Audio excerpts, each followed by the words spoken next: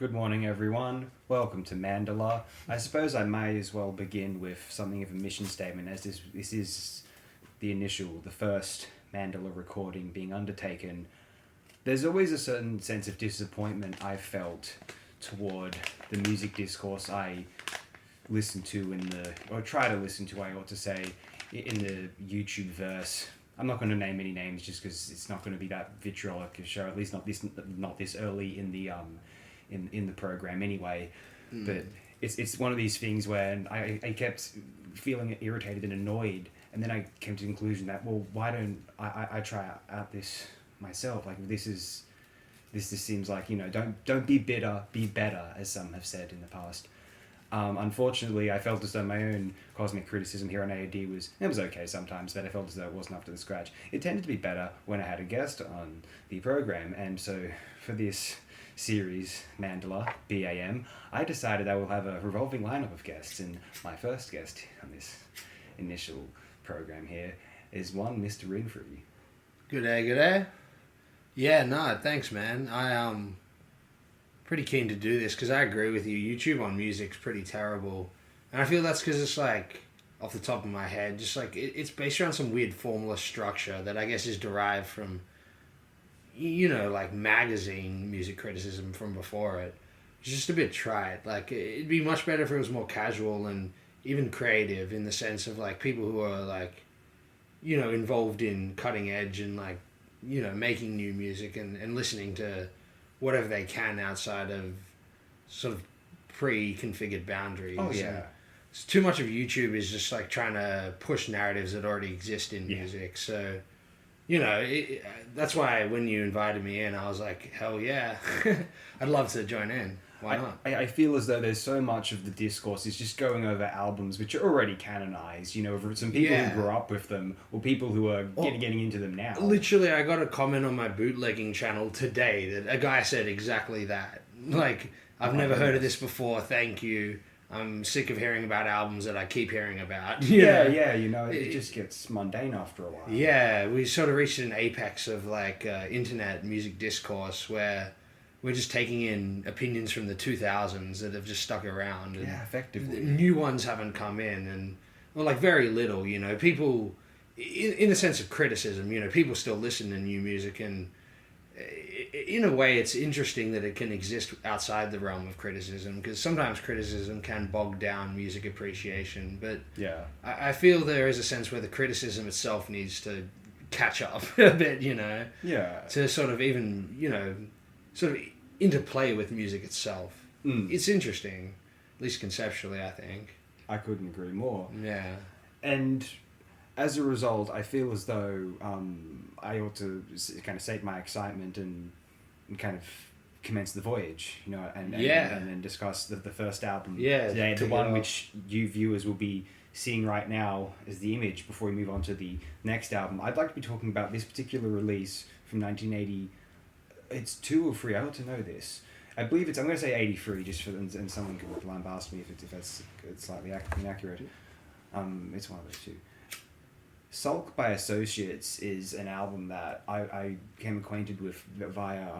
Anyone who's seen this channel before is aware. Anyone who is viewing this channel for the first time might groan upon me saying this. If you view this channel, you're used to it, but. I'm one of these typical K-punk, like neo-acolyte types who became kind of enchanted and obsessed and energized with the work of the late Mark Fisher, and not having become familiar with him at all until a couple of years after his passing, very tragically. And I came across his list of his top 100 British albums. He published this list in his K-Punk blog in 2004 in response to an Observer, the British magazine The Observer published a list of the top 100 British albums. He was so enraged at the Stone Roses self-titled being number 1. He's more of a Happy Mondays kind of guy. And so he's a Manchester... Same coin, different sides. Well, he felt as though Stone Roses, though they are from Manchester, were too Liverpoldian. Yeah, well, there's the obvious Beatles influence, which...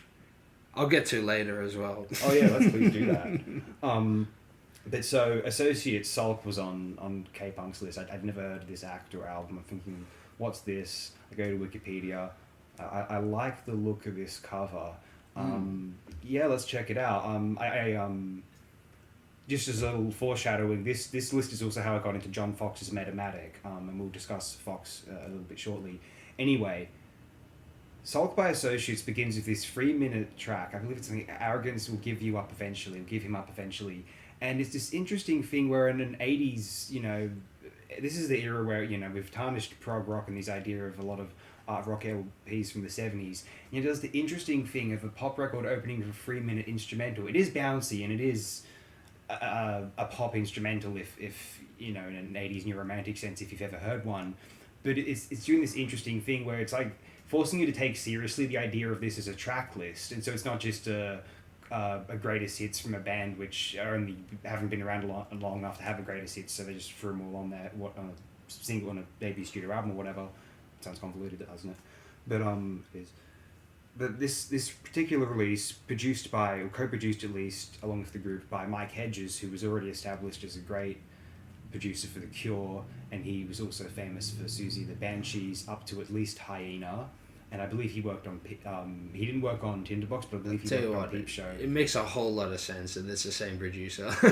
Yeah. Yeah, definitely. At times listening to this Sulk album, it sounds like a prototype for The Cure's 1985 release, The Head on the Door. It's a very involved production. There are layers here which are... typical synth pop can be kind of stripped back and sort of angular, but this is a very... Probably because there's a genuine... There's no drum machine. I don't think there's a drum machine here. I believe it's a real... group. Yeah, there's real drums, but... There's definitely drum machine. Sure. Yeah. It's a blending. Mm. A lot of those like sort of goth records are... Yeah. That's almost what makes them distinct. They'll blend real and drums and drum machine. Point. And because such a thick production, they're not going for a minimal thing, so there's sound everywhere.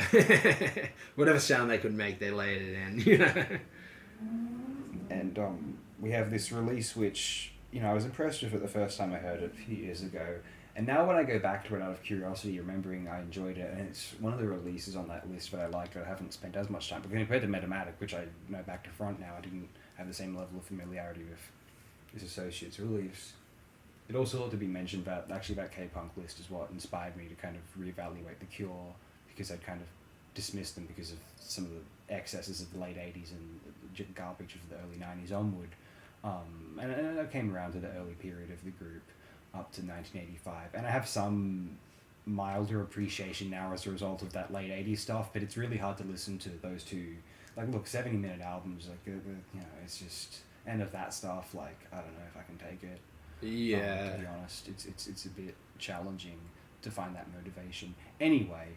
Yeah, it better be a dark day or a cloudy day. Well, Kiss Me, Kiss Me, Kiss Me, that's like sugar pop. So yeah. I don't know if I want to listen to this for 70 minutes. It's sugar pop, but it's in the sense of the Smiths and Morrissey. Yeah, that's a good point. Where it's dour, really. Yeah. Yeah, if you listen to the words. Yeah, and the sugar coating is meant to be, sort of played into that. Fun juxtaposition. Yeah. And then we have, Sulk. By the time I've listened to it for the 5th time, every track is exciting. Every bass line is a genius hook, and I'm obsessed with it. We'll all be dancing at the country club. I was briefly reading on Wikipedia that was a little ironic reference to the new romantic scene, which, although it's easy to associate with them at a distance, certainly from my perspective, I believe they were critiquing that scene and how kind of fastidious and sort of proper and sort of formal that whole thing was, despite trying to be a bit avant-garde. Sure, yeah, definitely. So we have... I don't know that much about it either, but of course it'll be similar to punk, where you have these people who think they're the gatekeepers of the movement or whatever, and so they become the most archetypical, they try to embody the most archetypical aspect of the subculture, but then that just makes them the stereotype of the subculture. So I think that happened in New Romantics, so it makes sense that song's about that. Certainly. And part of the reason, and there may be other places on the internet where this particular LP release is being discussed, but why I like this particular era of recorded music and LPs is because whilst the 70s is so associated as this golden era of, LPs is a sort of contained audio trip, it's a special journey, Lamb Lies Down on Broadway, Tales from Topographic Ocean, Day at the Races, whatever you want to name. It's like this whole adventure you go on, with the group, Physical Graffiti, whatever you want to name. But and then in the 80s, they were just venues for singles, and the rest is filler. Like that couldn't be further from the truth in some respects. Because we look at these albums and this Associates album is trying to be as commercial as it gets. Like, make no mistake, even stuff like Simple Minds, Sparkle in the Rain, just trying to be as commercial as anything. That ends with an instrumental, and there's Lou Reed covers on there. So it's just, they were taking the LP form very seriously. They just kind of abandoned songs that were longer than like 4.5 minutes, and 5-minute song was just like maybe one on the album. And I think what we lost these kind of instrumental sort of prog suites, and there was a generally anti-prog feeling after the punk boom in the UK in particular, and it's understandable. It's kind of where there was a class divide there. Because what year, 82 or 83, it's around the time that punk's starting to go prog. Because these people, I'm sure Associates are all punks, you know what I mean? They're downstream, second generation sort of punks, and they've taken it to an avant-garde extreme where, like you're saying, they're trying to make pop music, but at the same time you have these instrumentals, like the opening for the album. I think they're trying to get club play as well. And by that point, in England there are so many punk clubs and venues where they're like all these people are playing this sort of new music. It was essentially the youth movement at the time. And so they're trying to get like a song that'll be played, like they want to be the next Bauhaus or something, have one of these songs that cross over between the club and the underground rock scene, Absolutely. And so it's a bit of like going for the singles, but at the same time the album itself is they're trying to make a substantial album. But it sort of lends itself nicely when they throw in like a club track. So it fits into that same realm as like prog in its initial days, where it's being experimental and doing new things. So the punks are doing their own new thing, For sure. And that's a lot of this album, at least to me. And listening to it is, it's interesting because it's very like disco as well, And lots of punks they took disco and made it their own thing. Yeah. And that's some of the most interesting punk music.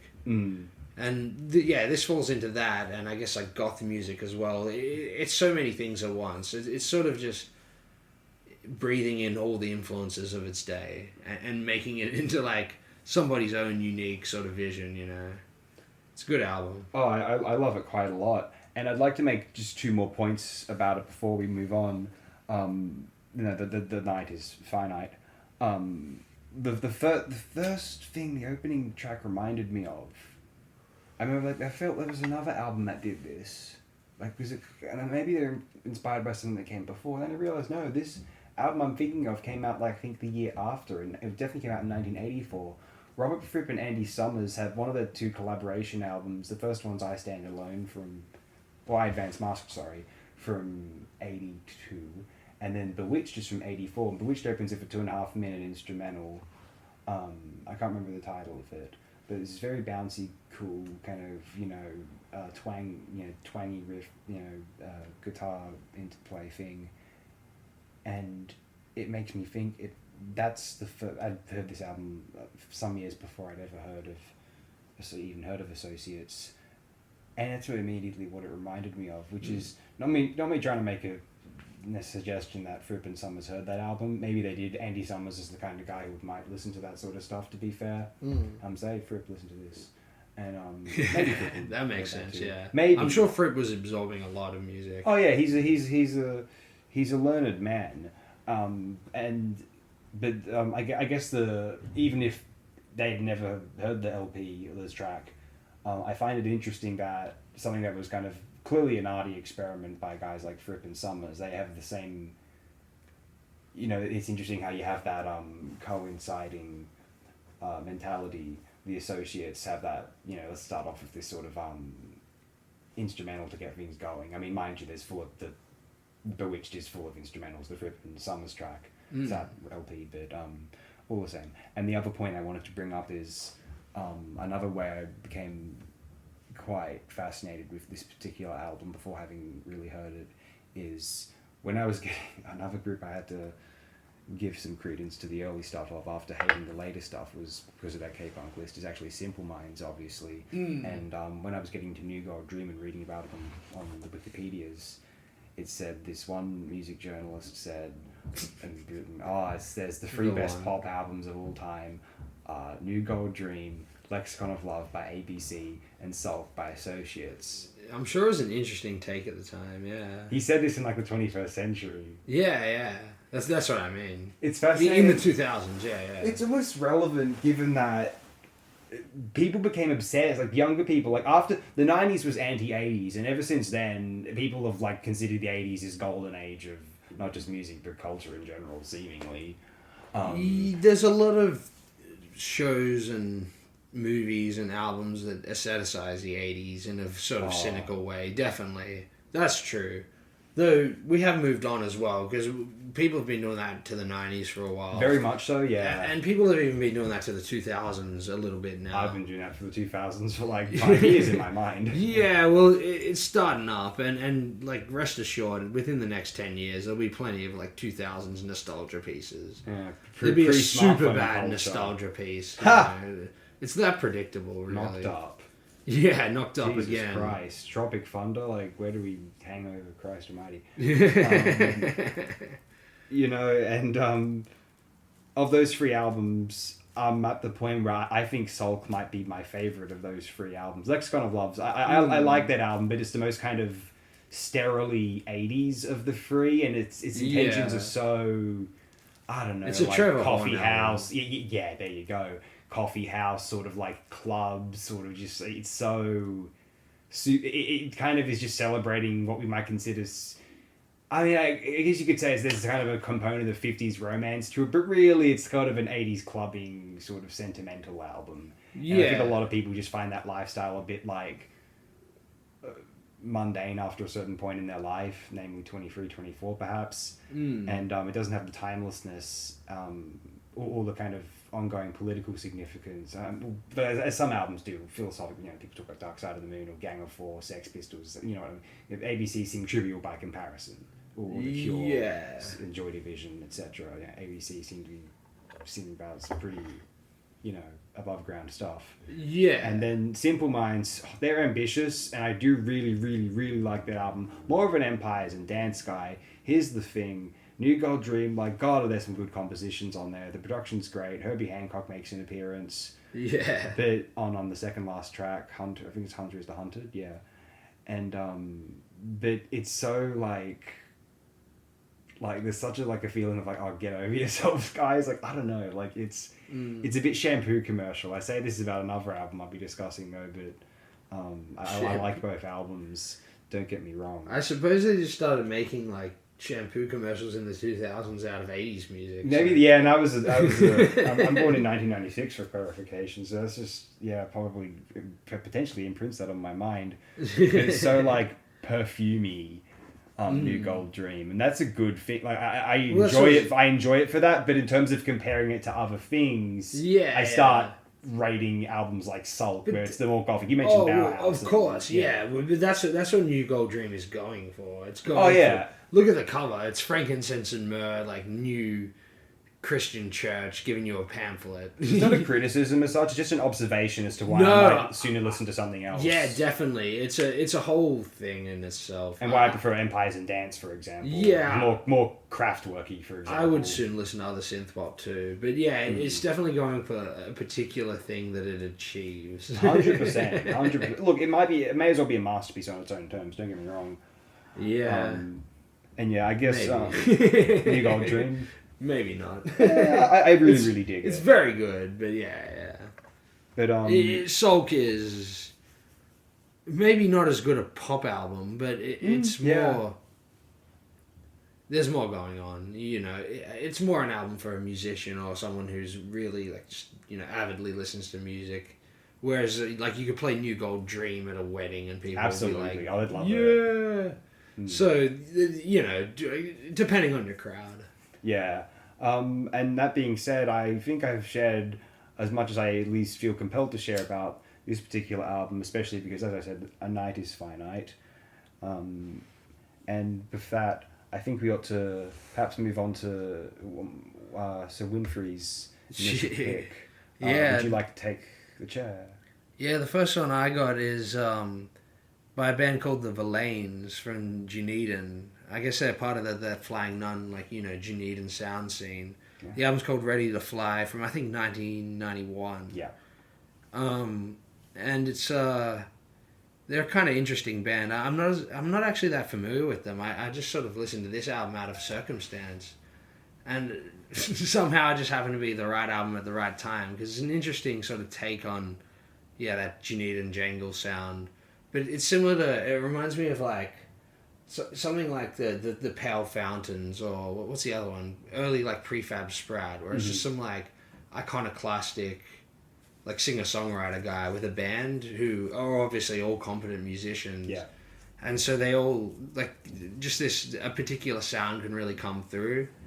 And this, like, is just, it's a weird album where it's, like I said, the Pale Fountains, you got a jangle pop band that wants to do something like big band and old school, like, pop music, and take, like, early pop to its extremes, I guess, within an aesthetic of alternative rock.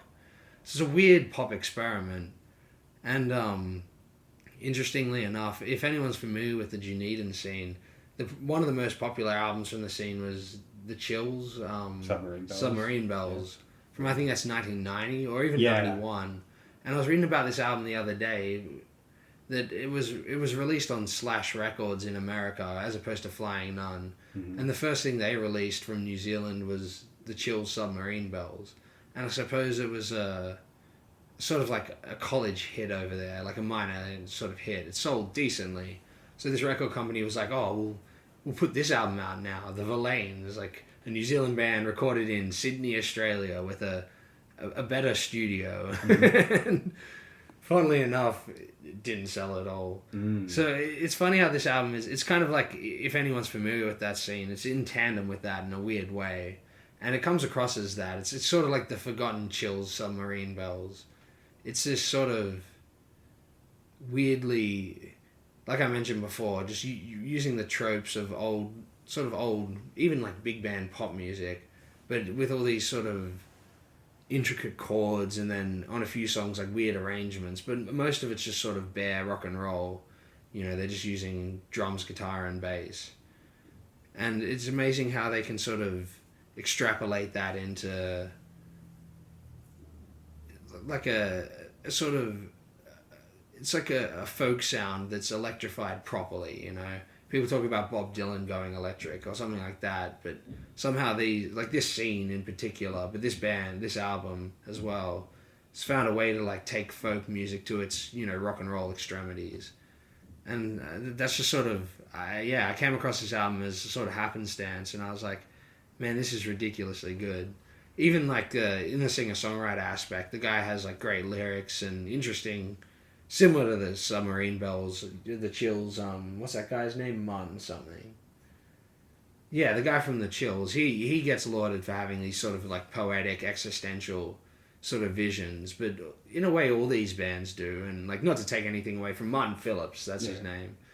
But yeah, it's just amazing how, I suppose the kind of narrative with this scene is that out of like isolation, they came up with, you know, their own sort of style of rock music from like import records that they would get months late, and NMEs that would come like months late and stuff like that. Yeah.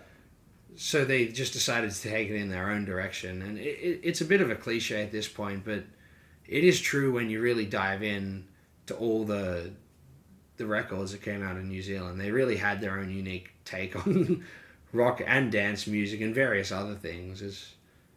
It's really interesting, I find, actually. And yeah, this album's just another example of that. Yeah, I listened to this for the first time today. I wasn't familiar with the Verlaines either. You'd mentioned them to me within the last month. And I've been familiar with them for a while, but yeah, only listened to this album the first time when I uploaded it on my old channel, but more again recently. Like, for some reason, I just kept listening to it. Having listened to it as one will have to if they go to YouTube on the Antichrist Scowl, the Second Coming of. It deserves a reissue, honestly. We will link the channel in the description. You can find the, and I may as well link the album itself as well, because it's fine.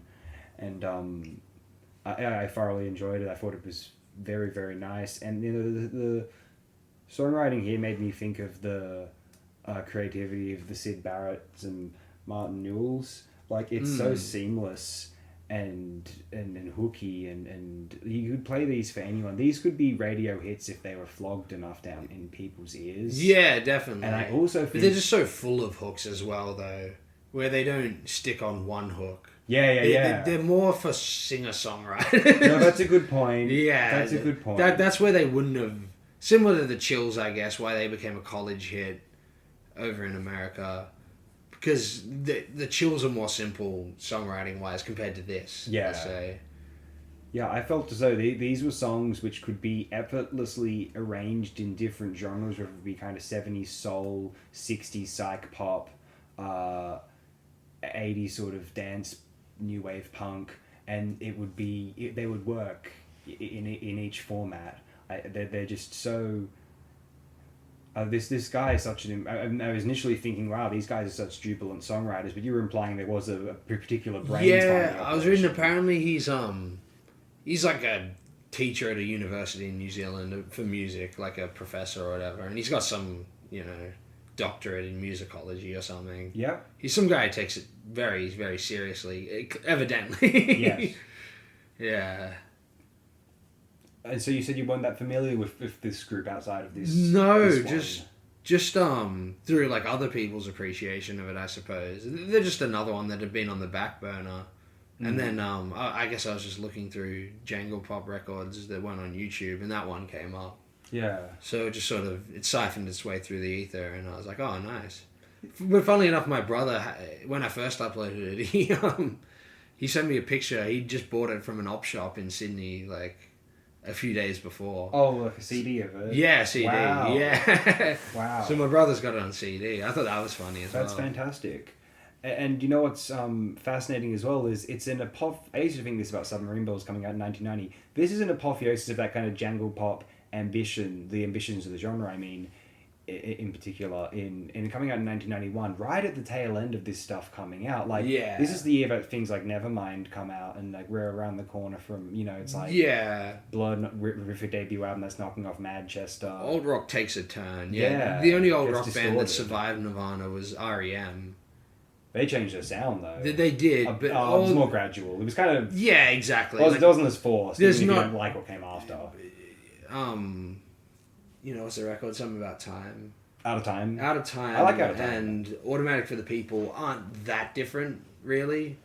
It's not a huge step away. Really, Out of Time is more listenable. I don't know, but yeah. But the sound is more similar. Whereas, like, I don't know, then you get to Monster, and that's a completely new sound. It's funny how I like Monster. No, Monster's great. Yeah, it's grunge done very tastefully. It's like the one before it and the one afterward is where I get kind of uneasy. Yeah. But Monster, I weirdly enjoy that.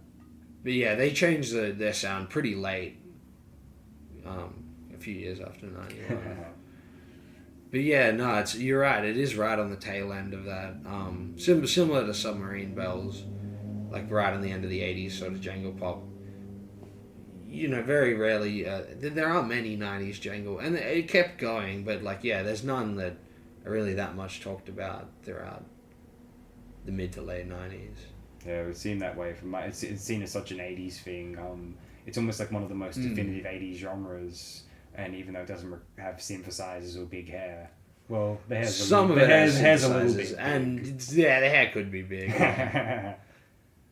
But yeah, a lot of it was due to like 80s, 60s nostalgia as well. Yeah, once again, going back to the 60s pop music thing. Yeah, the 80s Doors in revival England is a thing.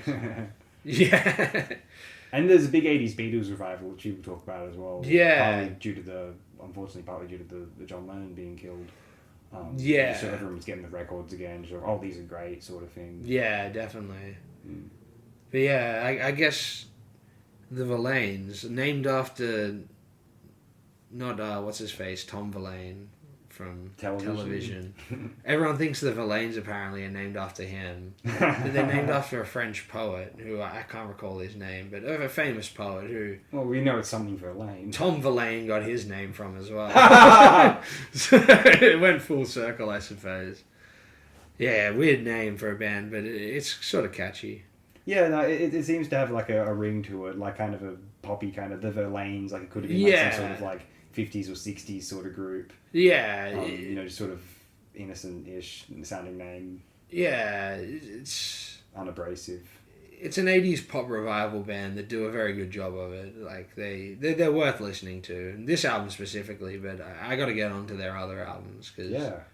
There are other more popular ones, so I'll see how they go. I'm sure they're just as good. I may as well also. I did note, this was one of the higher rated ones on Rate Your Music. Yeah. Even though it's... pretty underrated. Well, this band has an official... It's weird to me that this band has an official... There's a top... Who knows how much the recording artists are in control of this stuff or whatever. Yeah, but they have a YouTube topic. But this particular album is not on there. Maybe there's like a label issue. No, that's why I uploaded it. Cause it's not on there, yeah. Interesting. I mean, at least by that was how we were able to, really focus on it in the first place. Is because if it was up there, we may not have listened to it so quickly, right? Yeah. I mean, it's weird that it's not readily available. Like I said, I hope I only put it on the internet so someone will, with capital will reissue it.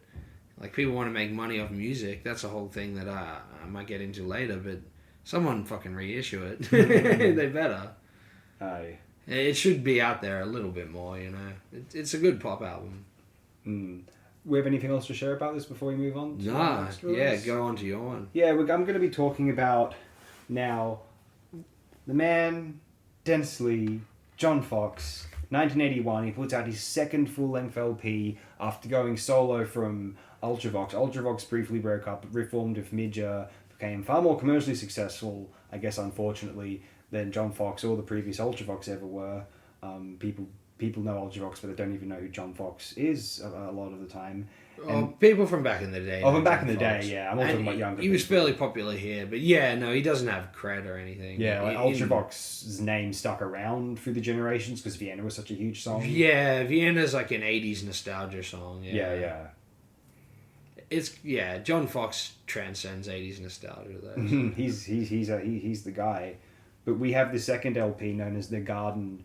Now, we know of Metamatic as, in some people's minds and mine, the Balladian pop album. Metamatic is an album, an LP about the industrial society. Both sort of, it makes it seem both beautiful and terrifying at once, as Ballard's texts have about the world in which he was writing them.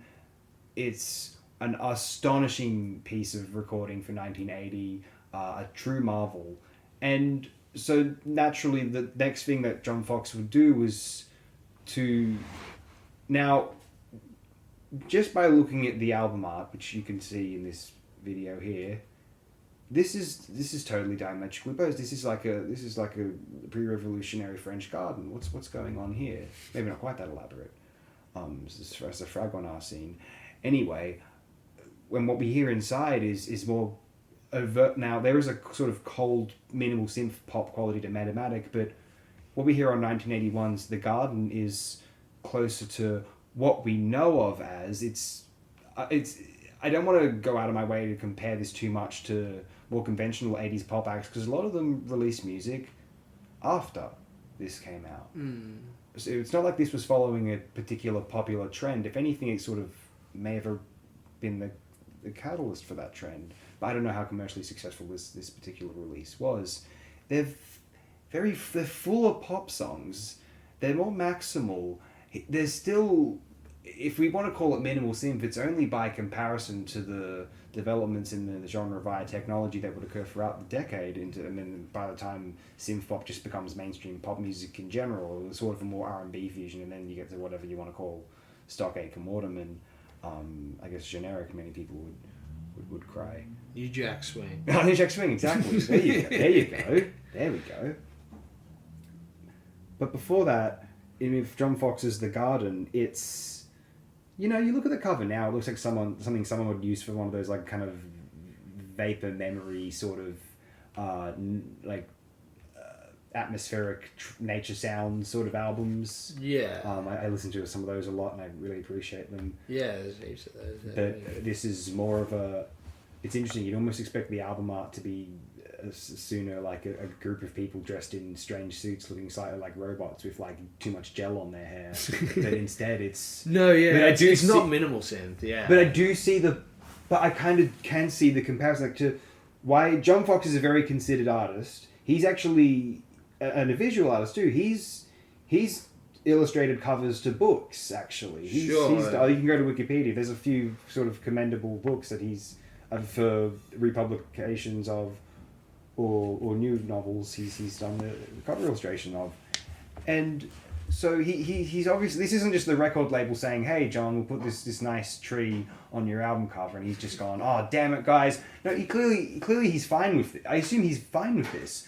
And so in his mind, especially, this technology, these sounds, these sonics are new, fresh, revolutionary, and angelic at the time. They're not, we associate them now with like these sterile 80s pop club sounds. But at this time, John Fox, like some other artists we're going to get to, is trying to do something choral, classical, romantic, and European.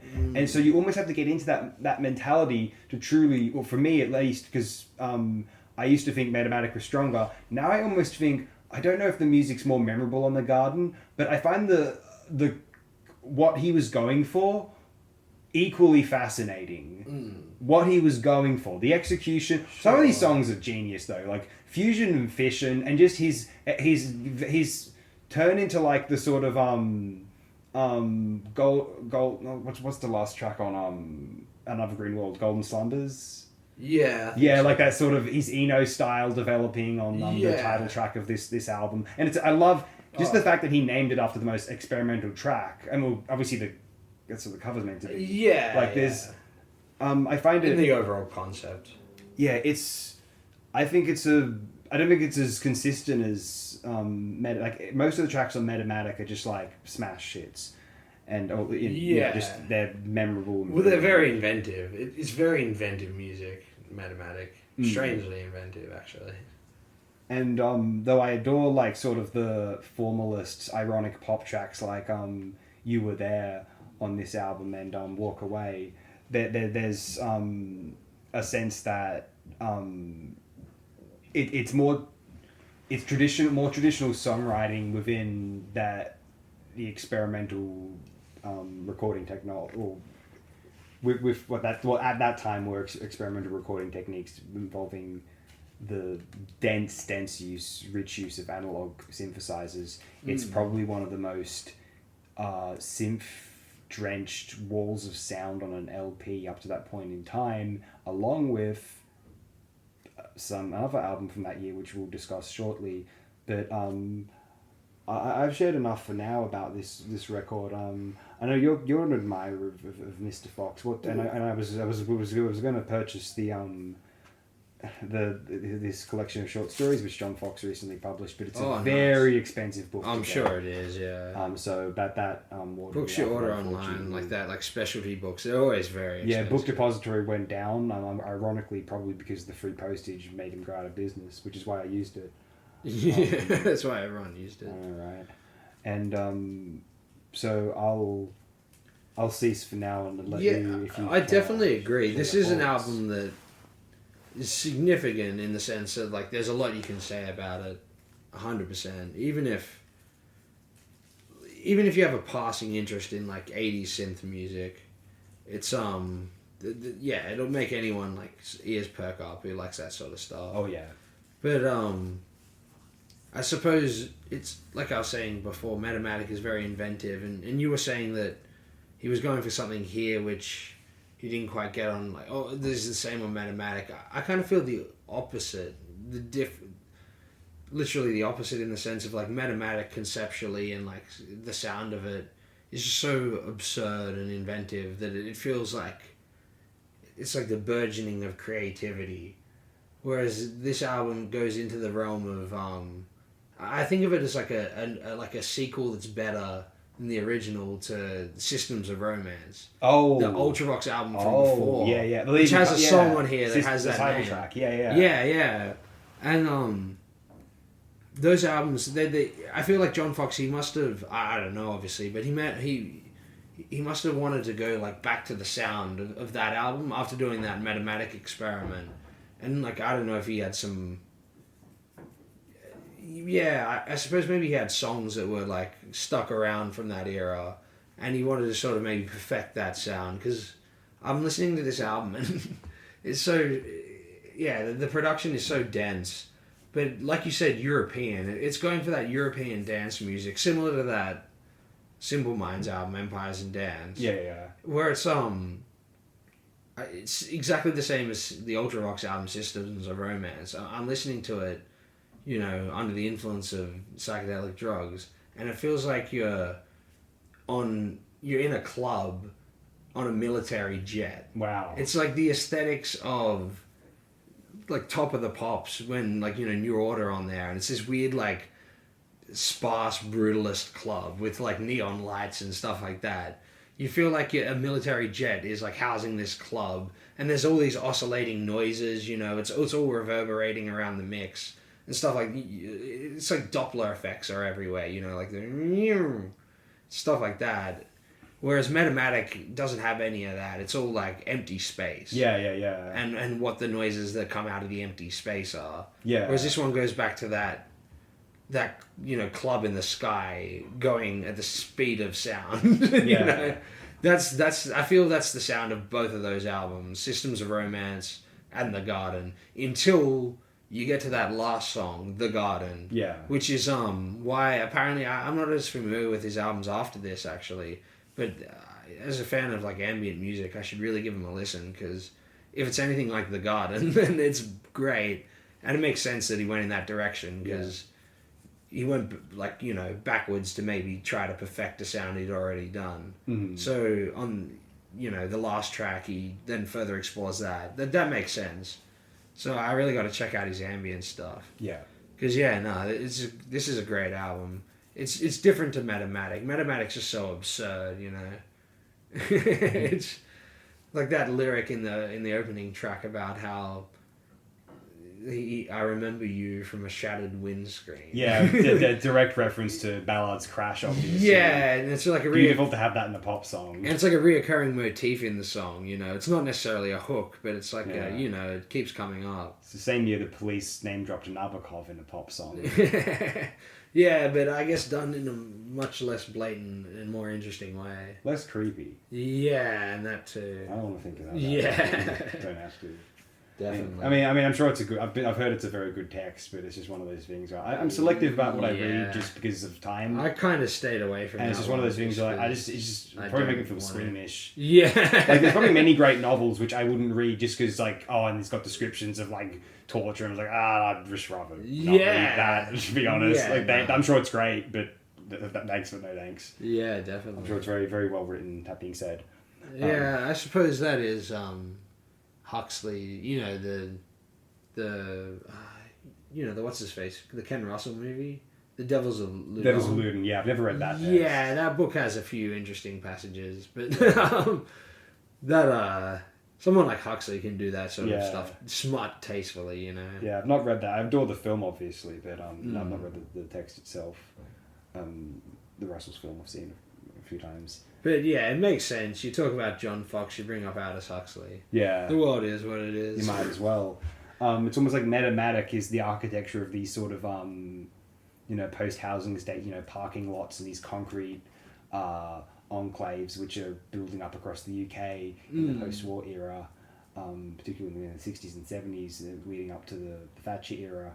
And then it's almost like, the garden is... literally something like one of these like European paradises for the aristocracy by comparison. Totally different, both in the sonic architecture of the tracks themselves. Although I don't know to what degree this is a superficial comparison, because maybe, obviously all albums have different production, different studios, whatever. But it'd be interesting to see which tracks from this could be spliced onto Metamatic and it'd be seamless, but I'm not sure if any would, because none of them are that minimal. They're all because the sound is completely different. Yeah, the drums are faster, especially. The songwriting and some of the melodies are the same. But yeah, you know what's interesting? I wonder what, I forget what year it is, but there's a song called Nowhere Girl by a group called B Movie. And it sounds so much like the opening track. What's that called again? Europe in the Rain? Europe After the Rain, yeah. After the Rain, yeah. It's kind of hilarious. Like a club track with that disco beat that's got like piano over it. Nice. I guess that was a little sound going on there for a moment. Nice. It's interesting though, because some of that bass reminds me a bit of like that DAF song. Which one? De Mussolini? Yeah, the Mussolini song. It's one of the greatest songs ever written. Oh, yeah. This is that on repeat. And then there's the song where he's like just doing like the Latin or whatever. And so that just sounds like, you know, the space disco band Space. Of course. It's like his take on like space disco. That's a great track. The album's full of like really good songs. And yeah, there's a few like more standard pop songs where they just got that interesting production and sound that are over it, you know. Yeah. So it's pop songs that are just very ear sort of wormy, you know.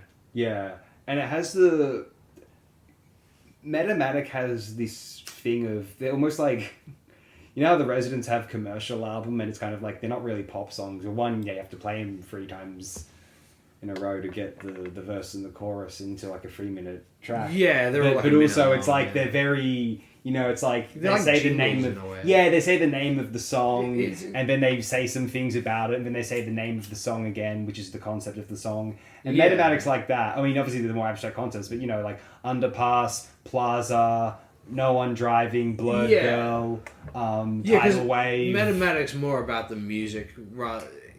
It's the songwriting of Metamatic is minimal itself, you know. And it's more about the composition of the music, but put in a very loose, minimal, kind of revolutionary, in a weird way, sort of songwriting over it. Not a revolutionary, like an eccentric songwriting that is very rarely done. Like, there's not much pop music that sounds like Underpass. No. It's very strange in that way. I think that's considered a very revolutionary track. Now, like I was reading, I think it was just in Wikipedia. Like, oh, really? That one in particular is considered very ahead of its time by some artists in techno. Yeah, the drums, man. It's got those strange, like, hyper-compressed cymbals on it, hi-hats. It's, yeah. It's what you get when... I wonder what the recording sessions of that album were like. Oh, so fascinating. Yeah. As opposed to the club on the military jet going through the air.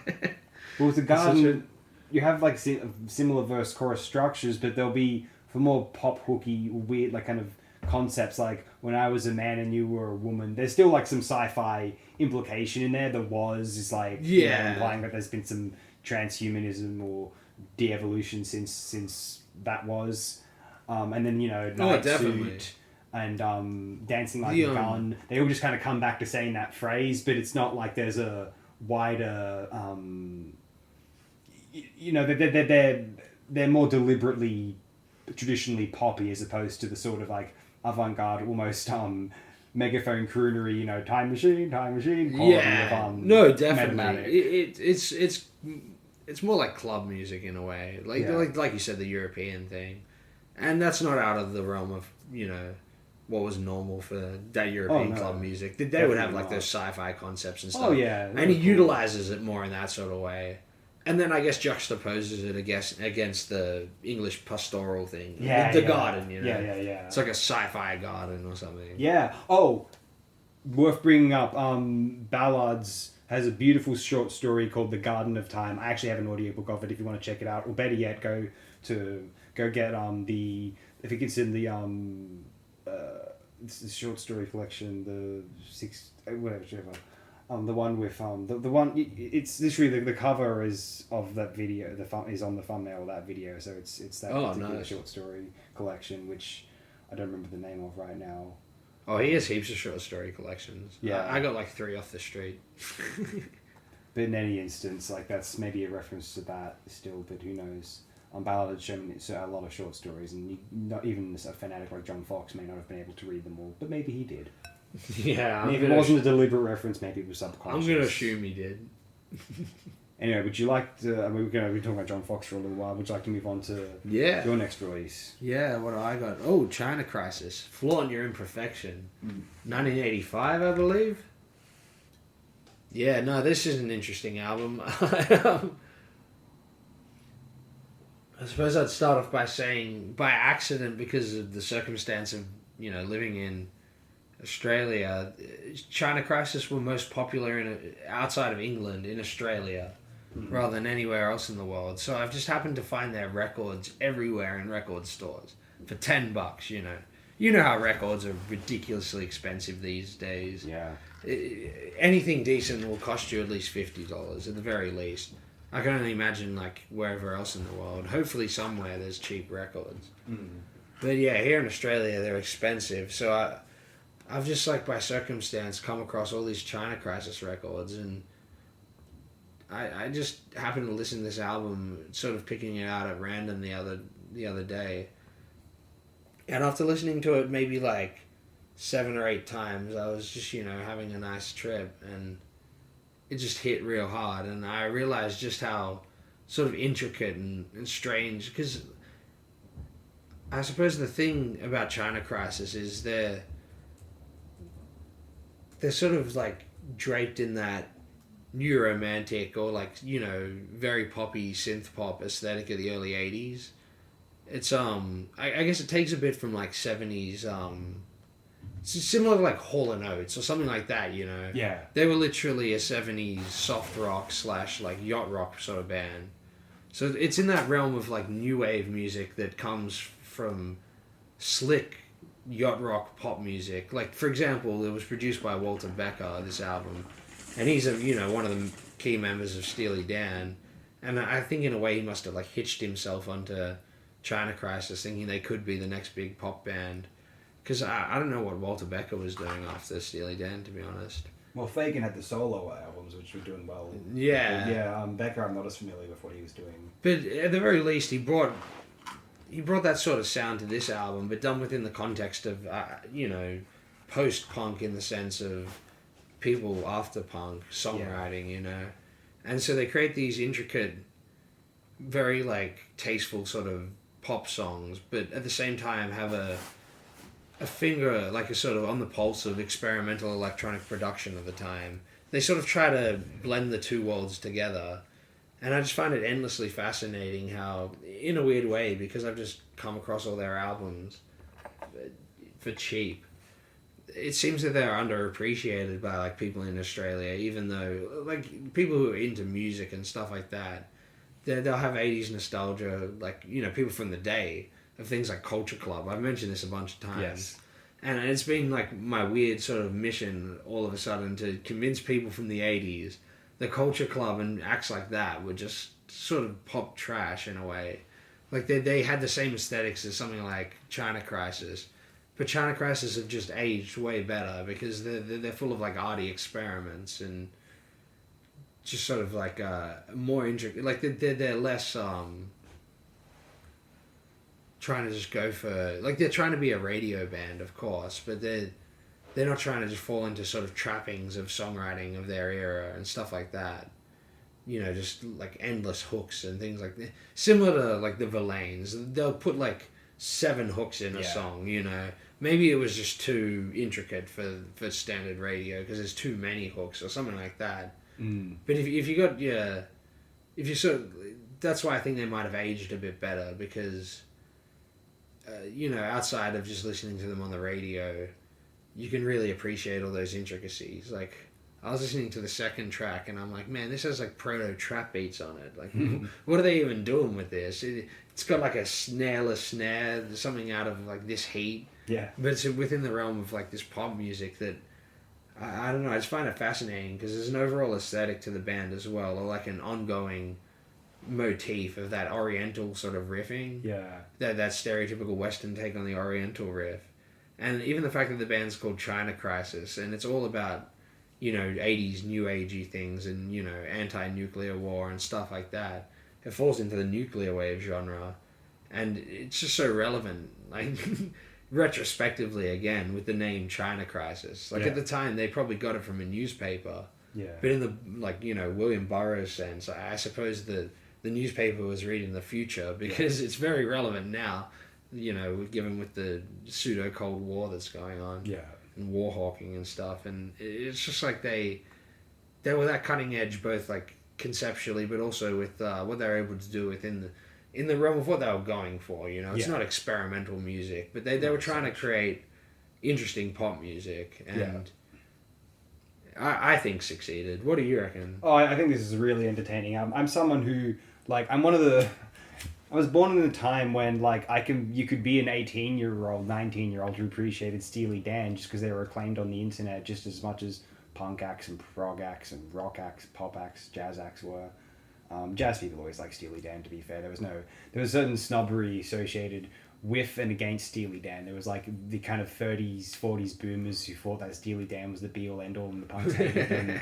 And then there was those punks who thought, oh, Steely Dan's for white upper middle class people, fuck that shit. The punks came around. Yeah, by the time they got into everything but the girl and the Style Council, yeah, you know what I mean? There was no going back. There was wait a minute, oh yeah, that's the same thing. That is exactly what happened.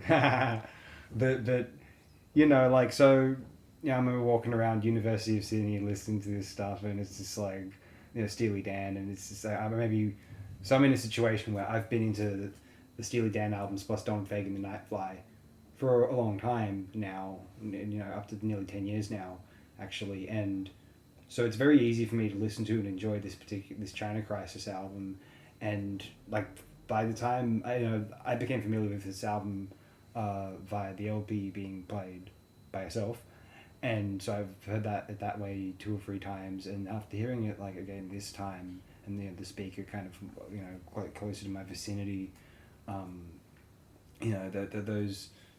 Those amazing bass lines. It's so beautifully fine-tuned by Becker, I assume. Maybe their other albums would sound similarly good, but I do suspect that it's uncanny that this is giving me, kind of even if I didn't know it was Becker, it would remind me very much of Yeah, no, definitely. This is the album that sounds most like Steely Dan. There are other albums are in a similar vein, but they don't have that sort of the Becker, the Steely Dan comes from Becker, obviously, in this album.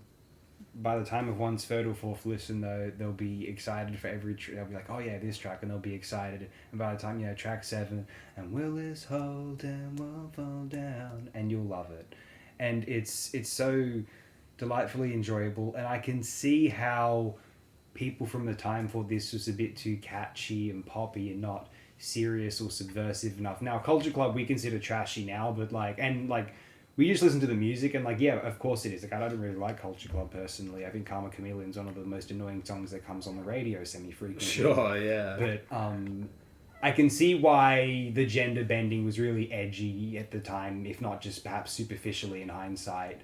And so... It was part of the new romantic fashion. Yeah, and so I can get why people thought they were kind of dangerous and cool in a way that China Crisis, who, like you said, they didn't really have a look, you were claiming. Or did they dress... Well, I suppose they didn't really have a look. Outside of just being all the synth pop bands had that sort of look of where you just get they were just college pretty boys or whatever. Clean suits and stuff. And they just put on foundation makeup and there's the heavy lights and they just kind of look like wax mannequins, Yeah. That's the sort of look of most of those synth bands. Outside of the neo-romantic ones that took it more vaudeville way where Visage and Culture Club, or they're all one-hit wonders. That's the thing. Culture Club had a few hits, but Visage, one-hit wonder, Ultravox in the Mature era, they're a one-hit wonder in America. I guess these were all one-hit wonders in America, but they had a few hits in England. Yeah. But the classic example is Dead or Alive. Yeah. They're all just one-hit wonders in the end. Really similar to punk. The fashion was an integral part of the cultural movement, but as far as the music goes, it was only one aspect that was superficial to the aesthetic of the art project, the punk band or the album or whatever. Most important was the sound and or concept or song. They sort of had a few criteria but they would all, the least of the, for recording material was the fashion. Yeah. That was mostly just for like live shows, or in the case of new romantic synth pop groups, television appearances, And it's not like he had to dress that way in the studio. No, exactly. Yeah, they didn't. We mentioned Metamatic before. I can imagine John Fox looking like he does on the album cover, sort of, Man Machine Gary Newman-esque. Yeah. In the studio, just for some reason, I can imagine him dressing the part, or him just dressing that way at the time. Yeah, I was just dressing like smart casual. It's not too intricate. That's true. It's like a little tie and. Yeah, it's not quite the elaborate eyeliner that Newman's got on Pleasure Principle. Yeah. And he looks kind of showroom dummy. Yeah, Newman tries to look like an android on those album covers. Yeah. And then who the fuck knows what he tries to look like on later album covers. Bit gothic sometimes. I don't know if you've seen them. Yeah, I have. I'm like, what the fuck? Who would want to listen to that? Yeah, it's a shame because Newman's, just a brief aside, Newman's one of those people who I always wanted, because I got into Pleasure Principle and those Two Boy Army. The one or two Two Boy Army albums. I think one came out a bit later though. I always wanted him to have like one of these careers where you get to the 21st century and there's still interesting work, like a Bowie or an Eno or a John Fox even. But it's not quite Newman. Not quite. You know what I mean? Just what I've listened to his discography after the early '80s. I think he was best off in that synth pop world, and I think he's sort of one of these people who's like, I'm more than just that. And I'm willing to believe that. I just haven't been convinced yet. I mean, maybe I'm just not as interested in the genres he's exploring afterward. That's just me. It's like of Simple Minds. Maybe they are genuinely interested in adult contemporary, and I'm just not. I just think synth pop's old, but I still like synth pop. No, well, Simple Minds are trying to pay off their record label debt. Oh yeah, maybe Gary Newman was too, probably, but he started off as a punk band. Yeah. But then there was like a Casio in the studio or something, and he's like, "Oh, let's redo the album as synth." Yeah. True. That's how that happened. So Yeah. But anyway, I'm positive about this China Crisis thing, and I think it's one of the albums that anyone who, unless you have a particular opposition to. It's funny because if you ask me who do I recommend this album to, I'd say everyone unless they don't like 80s music. But we're hearing from people who were in Ground Zero who were not fans at the time. If anybody's still on that mid 2010s trend of liking Phil Collins unironically after the early 2000s ironic appreciation of him, then if you don't like this album, what are you smoking? Yeah. You mentioned Hall & Oates before. Anyone who likes Hall & Oates will get a lot out of it. Yeah, if anyone likes Hall & Oates, just listen to this album. It's a bit better. To be honest, fans, yacht rock fans. I was sitting in a Bathurst pub recently for some reason, and a song came on. And I'm like, this is the cheesiest pop song ever, and it's hilarious. I looked it up and it was called She's Gone by Hall & Oates from the mid 70s. Mm-hmm. Well, it was from the early 70s, but then became a hit later on off their arty pop album called Abandoned Luncheonette. Uh-huh. And I was just like, man, this is the sort of song that it's similar to China Crisis where you're if you're in a pub and this comes on, it's very arty, but just drenched in pop hooks at the same time to a ridiculous degree. Where you're just this is an alchemical creation of what a pop song should be. You can only like it if you're tanked in a pub, So maybe they should just start playing China Crisis in pubs on repeat. Then they'll get appreciated. Yeah, China Crisis. Like you said, the Gift of Freedom song where it's the whole world falls down. Yeah. If that came on in a pub, if people were familiar with it, in Australia, Jimmy Barnes, that would go off. People would, the whole pub would just be pumping, being the whole, So there's the case easy for that. to imagine. Yeah. So that's why it's an underappreciated pop album. We don't need any more split ends. What's their spin-off band? Oh, Crowded House. Yeah, we don't need any more Crowded House or anything like that. Hunters and Collectors. China Crisis. You and I. They're the ones that should have stuck. Yeah. They're also a bit like the group we love a lot, and a lot of people love a lot more so, XTC, in which their songs are just full of it's almost like they're just showing off. Yeah, XTC do that as well, definitely. Especially around this kind of skylarking era that was just around this time. Yeah. And Todd Brundren is there as well, and Todd's a pop genius. Like if you anyone, yeah, he makes that album pop definitely. Yeah, a double album of great pop out of hot hits in well, not all of them were hits necessarily, but one was released as singles. But I Saw the Light, what's that album? Or Something Anything, just really really yeah good. yeah.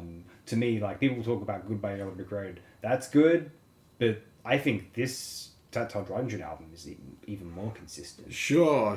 Really really good. No, well, that's a very beloved album, but only True. in America. Like, Brits don't like that as like they love Yellow Brick Road and like Elton John. Yeah. But yeah, Brits never say Todd Rundgren's good for some reason. If like in my interactions with older British people from the day, they all like are like Andy Partridge in the sense of they can't stand Todd Rundgren. Yeah, it's weird. Yeah, I suppose they're all subconsciously loyal to Andy. He was that tapped into the English mindset. I'm surprised XTC, they've got English Settlement, but they should have had an album called English Mindset. But yeah, no, we'll move on to your next one, I guess. Yeah, that's indeed, English Mindset. Let's go. We're phenomenally familiar with this particular album. Okay, so an album which I could accuse of sounding like a shampoo commercial, but at the time, now these guys were going for angelic choir music that you would hear in a church, in a cathedral. Yeah. And it's hard to imagine now, but at the time, these sounds are so fresh, revolutionary, that they could incur these spiritual, a sense of spiritual awe.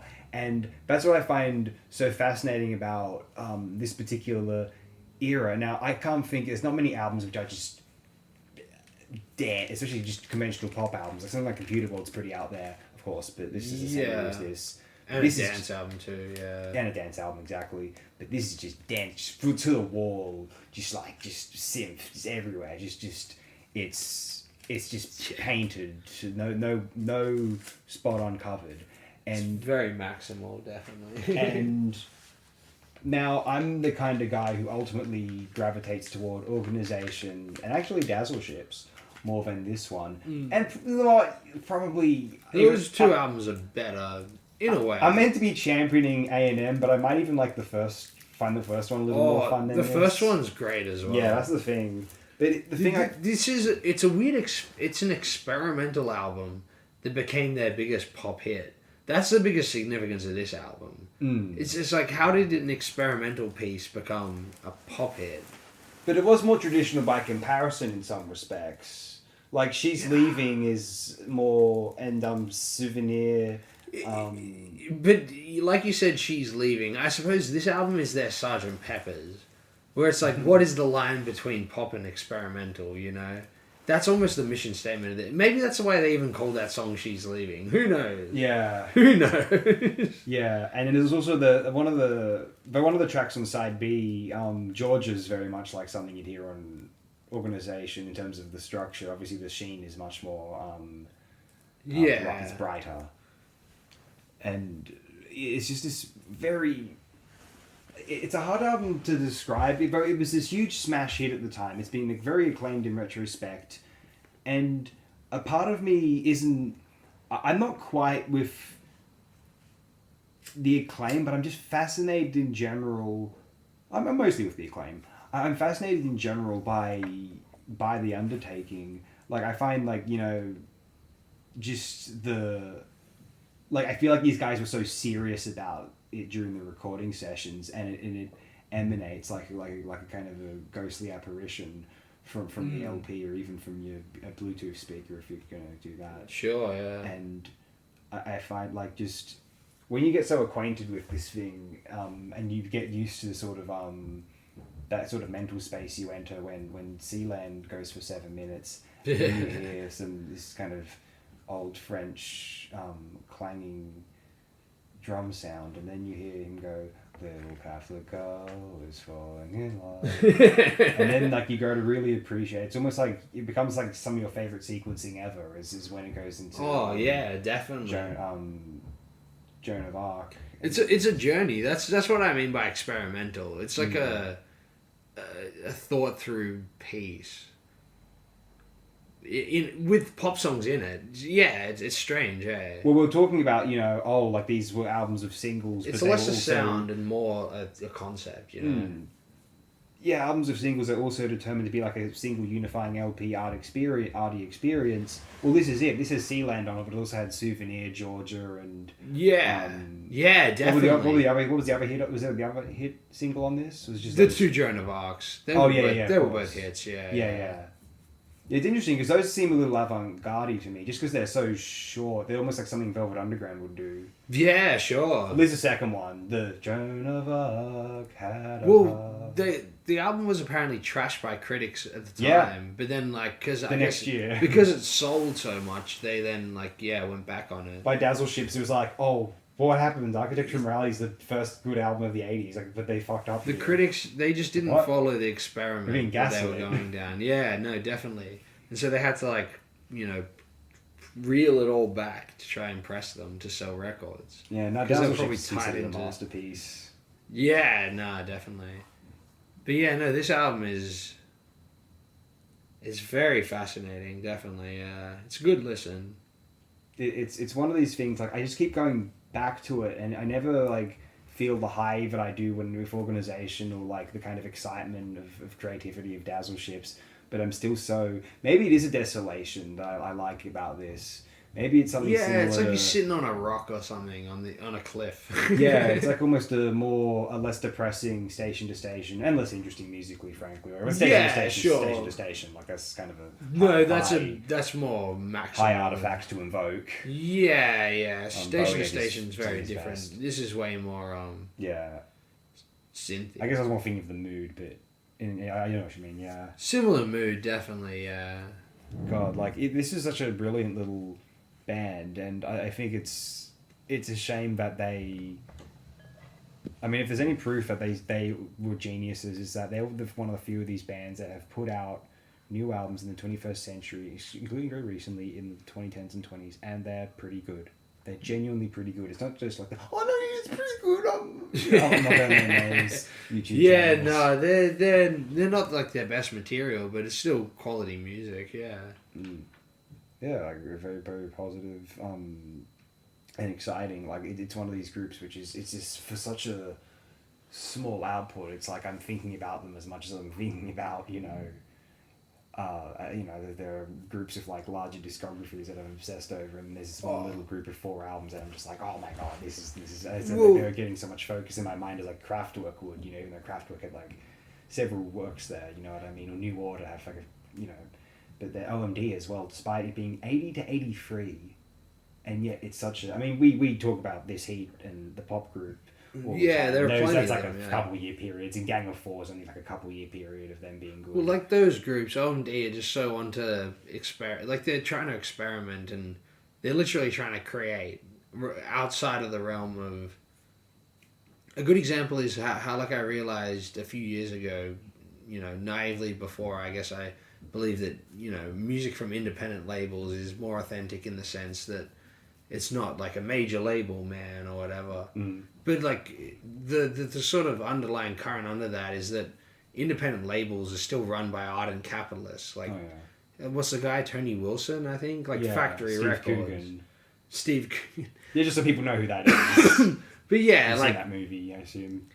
24-hour party people, yeah, just for frame reference. But I bring up, say, Factory, Joy Division and New Order, because OMD were initially going to be on Factory as well. Yeah. Before that, I think they went over to Virgin, but there's another great example. What's his name? Branson. Yeah. You got these ardent capitalists who they're tapping into an industry that they, an audience that they realized was there of underground music, and certain things took off and certain things didn't. And so, even OMD decided to shun Tony Wilson, Yeah. the guy that Joy Division, even he patronized in the sense of patronizing a Durruti column. Yeah, Vinnie Riley. Yeah. Vinnie Riley. Yeah. So he actually did good in that sense, I suppose. Yeah, that certainly wasn't profitable. Because that probably wasn't profitable, but he wanted it to be. Yeah, true. So that's where independent labels can insert your own taste in a way majors can't. Yeah. But yeah, OMD decided to shun even Factory, and decide to like, you know, use advances for record money to buy their own studio and things like that and create their own sounds. So they're like at the forefront of like DIY music in the sense of like, you know, making music outside of the boundaries of all these like things like debt and stuff like that gets you like, they're trying to operate within the realm of the music industry. You have pop hits, but they want to do it from outside the music industry. That's why they're so fascinating, I think. And to me, outside of the music itself. But the music plays into that because that's why they're making this music, you know. And so they're a very early example of like, how did they have pop hits? Like, you know, the England were just like, they wanted to create, maybe they were trying to outdo America. So they were just trying to always create new sounds, you know, forever. And so OMD just, they rode that wave as much as they could, you know. Another one I wanted to briefly mention on Acts, which in a 2-year period just composed works about a genius, was there's like a 78 to 80 period of magazine where you're just like, oh sure, well, what have you done? What has everyone else done in like a 2 to 3 year period? It's just like, holy shit, guys. No, magazine they're like cutting edge. They're magazine are good. Yeah, no, they deserve all the praise. They're a great band.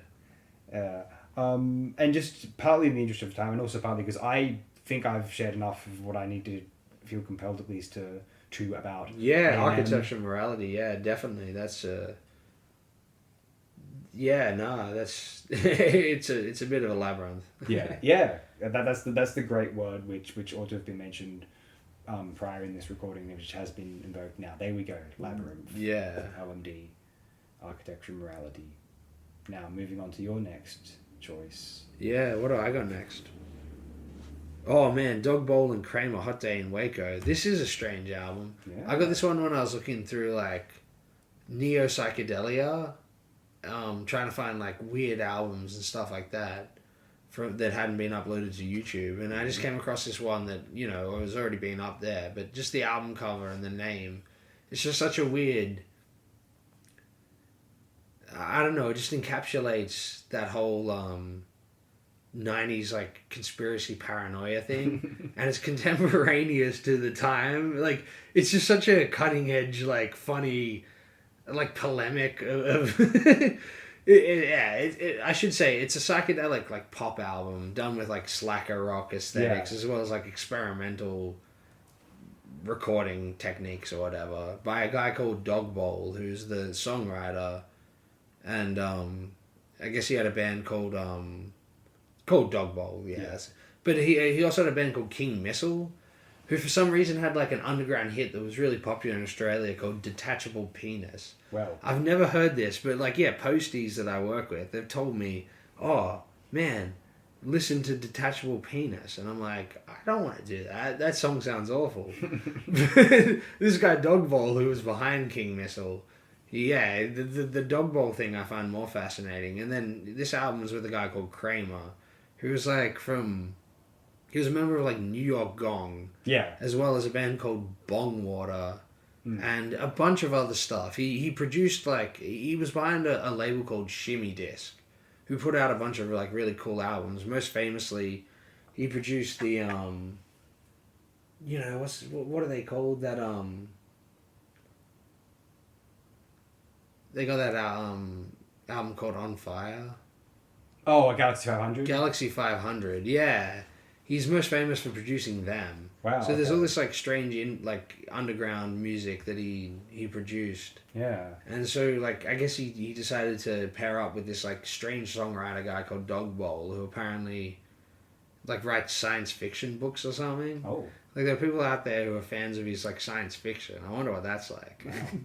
So you just get all these like, it's downstream of like, you know, that Syd Barrett realm of like whimsical psychedelic pop, but done in such a natural way for like, I assume this guy from some part of Western America, and it just takes like the 90s like conspiracy sort of themes and then mixes it in with weird like lovelorn like pop songs, and then just lay it in this like underground production from some like, you know, sort of once again iconoclastic like alternative scene guy. And it's just this weird alchemy of like concept, songwriting, and production that just like for some reason I've been fascinated with for like about a year now. I don't know why. It's just such an interesting alchemy of it's what I want to call like a good example of like where 90s rock music was underappreciated when it like people talk about music now being too like genre bending and like nondescript and just hard to pigeonhole. But I feel there's so much like 90s music in the psychedelic vein that was like that, and I guess in the pop sense this one sort of like fits into both. Yeah, it's such an interesting listen, like very like weirdly like hard on the sleeve singer-songwriter stuff, but done in such a way of that, once again, an underappreciated thing of like that sort of 90s new sincerity thing is where they like will put the heart on the sleeve songwriting but do it in such a way that's like not corny. Like they'll like the irony's there, but they'll do it with a way that's like it's not like showy. It actually leads into the heart on the sleeve sort of aspect of it. Yeah, I listened to this. I wasn't familiar with these guys. I listened to this for the first time today, and it's an interesting one.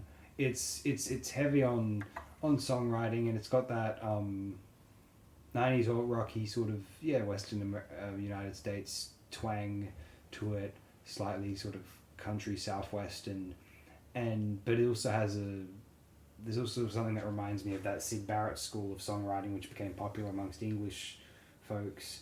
And it makes me think of the songwriting sort of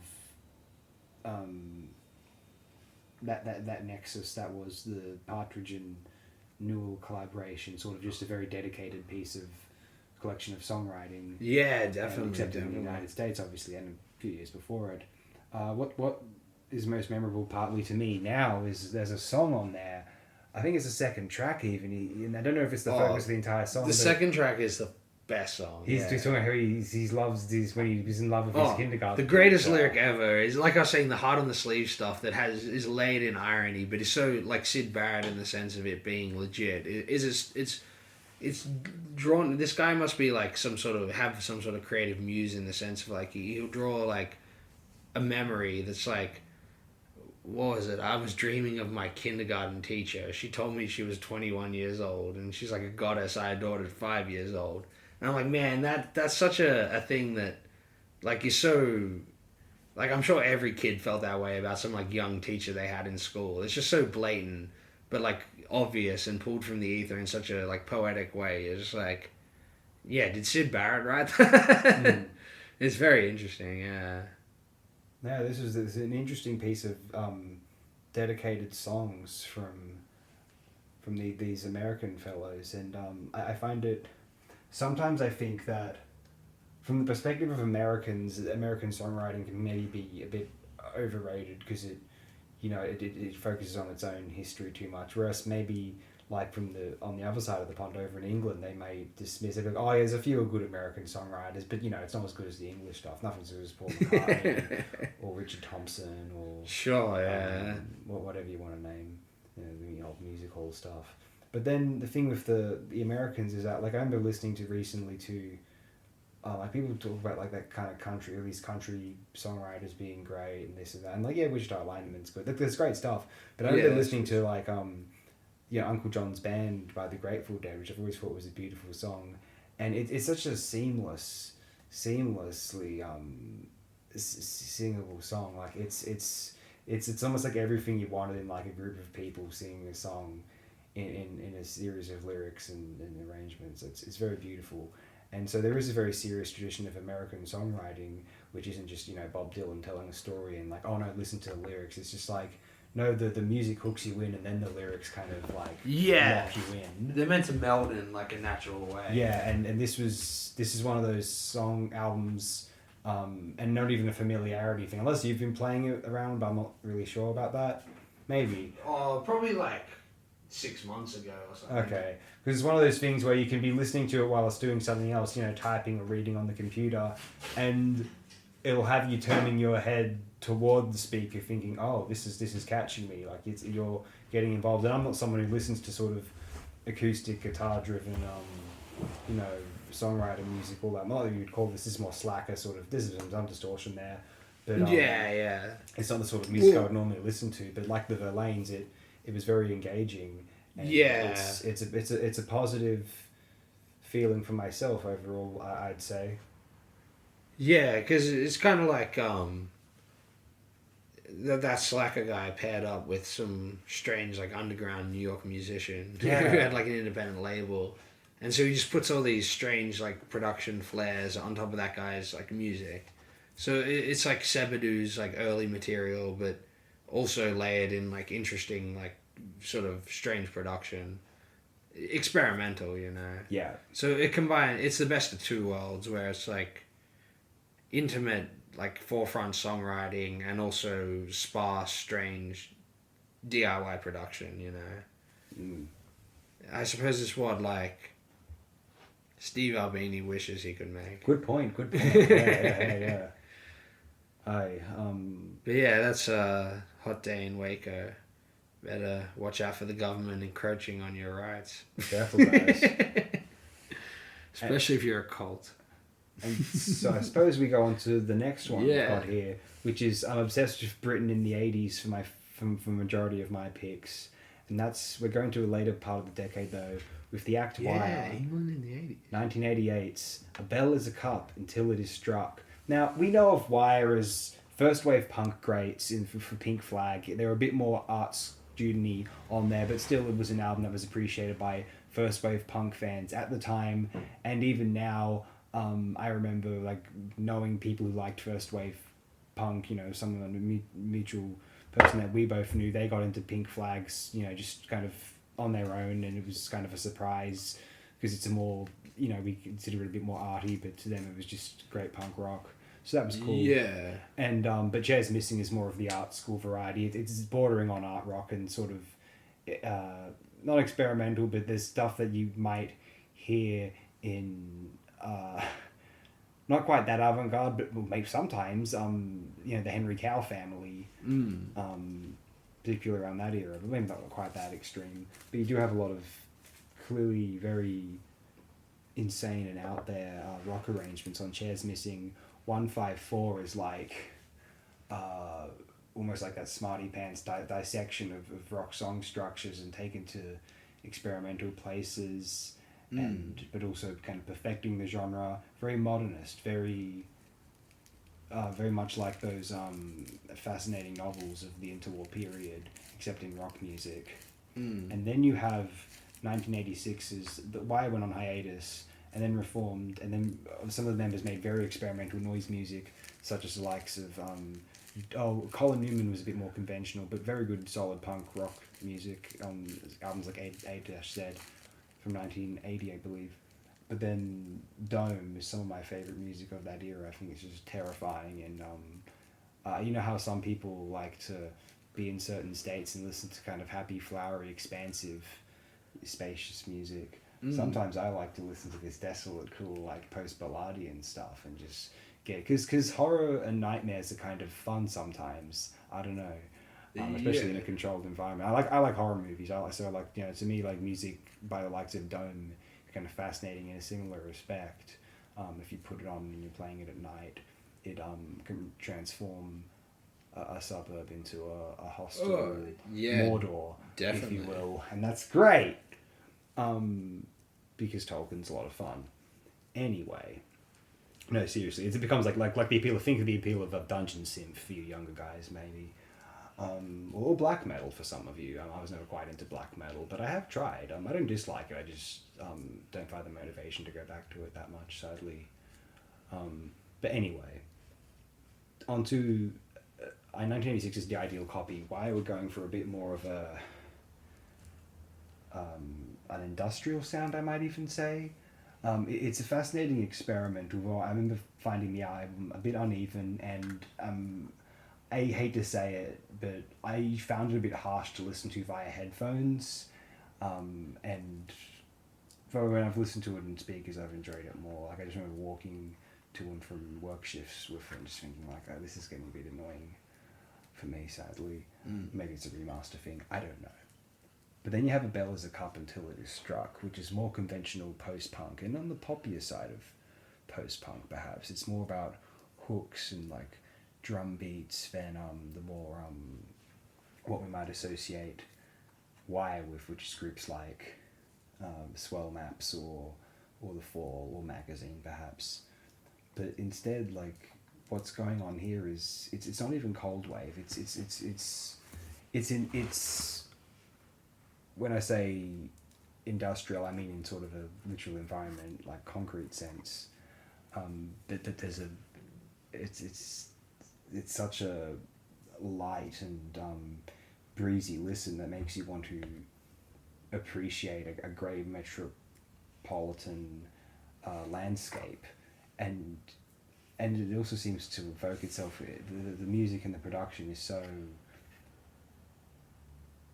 It's very kind of mechanical, but kind of beautiful, and it makes you consider like how, like, you know how there's that almost that tension between acoustic and sort of electronic music. You know, there are no straight lines in nature, and it has me thinking of why aren't these programs or quasi sentient artificial intelligences, why aren't they considered life? And the point I'm making is it makes you think that these troubadour conditions, these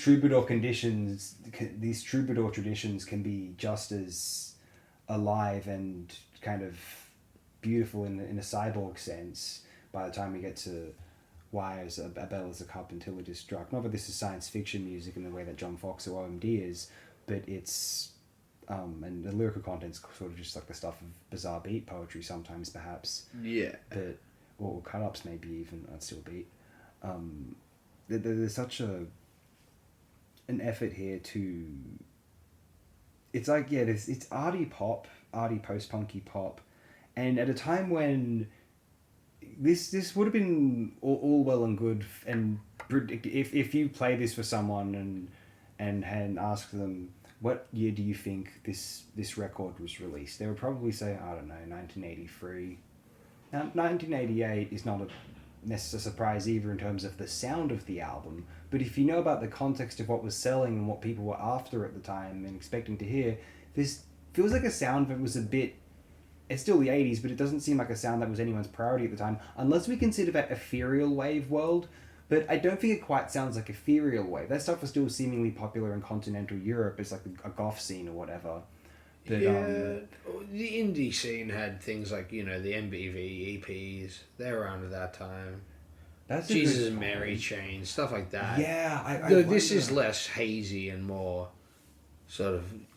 It's more 1983 in the sense of it being more like stripped back minimal. Yeah. But there are plenty of soundscape and like, wall of sound guitar stuff going on. It's an interesting... This is the poppiest Wire album until maybe 2008's Object 47. Well, you know what? These are two of my absolute favourite albums from Wire. I think all the Wire albums are interesting, even good, actually, at least. But I think they're genius pop songwriter composers, and they seem to have disowned this album because it's not listed for sale on their website. Oh, wow. And maybe they think it's too poppy. I know they also kind of have it in for Pink. They've mentioned, you read bits on their website, you feel like they have it in for Pink Flag a bit as well, just because it overshadows the rest of their work. Sure. And they think, real Wire fans know that Pink Flag's, not where it's at. That's fine, I guess. I do like it. Pink Flag's great. I've got nothing against it. Yeah, no, that's a good album. It's interesting that, that sort of overshadows. Yeah. The Jazz Missing seems fairly popular as well. Maybe more because later on. Even 154 has its own fan base. I think that was more later on though. I think at the time the critics weren't as kind to it. I could be wrong. It's just the impression I get because you didn't see it. One doesn't see it rock up in all these list roundups or whatever compared with Pink Flag, and they probably didn't sell as well as Pink Flag either. I think as far as maybe the reason why they Colin Newman / Wire underappreciate the sort of trappings of pop songwriting is because I feel what's the song on Cher's Missing? Outside Minor? Mm-hmm. Outdoor Minor. Outdoor Minor, yeah. You know that like melody, or like all their pop songs kind of like are just variations on that one like pop melody in a way. Like you even think about there's a song on here where like there's a lyric about someone being a saucy old soul. And it's the same melody extrapolated in a different way. Right. So I feel they have a very interesting way of just like taking this one pop idea to every variable it can possibly go, and maybe that's why they sort of underappreciate perhaps that aspect of pop songwriting, because in a way it is very confined. It's very like blinders, you know. That's why it is very interesting when people can do unique things with it. Like Wire, for example, or like pretty much anything else we've brought up so far, you know. They all fall into that realm of pop songwriting taken to like interesting extremes. Yeah, and the other album I mentioned by them that I really quite adore is 2008's Object 47, which is kind of like you've described once as Franz Ferdinand sounding album. Except, sure, the like, production-wise. And that might be disappointing to a Wire fan, but here's the thing. I think they nail it and do it better than pretty much all those bands. Except maybe Interpol on the third album. That's the good Interpol album, by the way, Interpol fans. You guys need to get real. That album's fucking brilliant. Yeah. Don't test my chemistry, everyone. Now, the point I'm making is, like, these guys are the most underrated pop songwriters in the United Kingdom because the Wire fans aren't pop fans. They like post-punk and industrial and whatever. Edgy more music, and people who like pop music aren't going to be listening to Wire, and this stuff's probably a bit too kind of post-punky for them anyway, but all I'm going to say is I think Kidney Bingos is one of the most likably fun songs I've ever heard in my life, and it's by the guys who did I Am the Fly. Yeah. And if that's not an indication of genius versatility within a rock/pop outfit, I don't know what the fuck is, you know? Yeah. Well, Kidney Bingos is a pretty popular song these days, it seems. Oh, true? Yeah, the kids are onto the Kidney Bingos. Oh, interesting. It's going to be in Stranger Things next year, watch out. I know, I won't even mind. Okay, a little aside briefly. That's a great song. And that, when you think about it, though, that is like the late 80s equivalent of I Am the Fly. You know, in a way, all late 80s pop music was just that, like...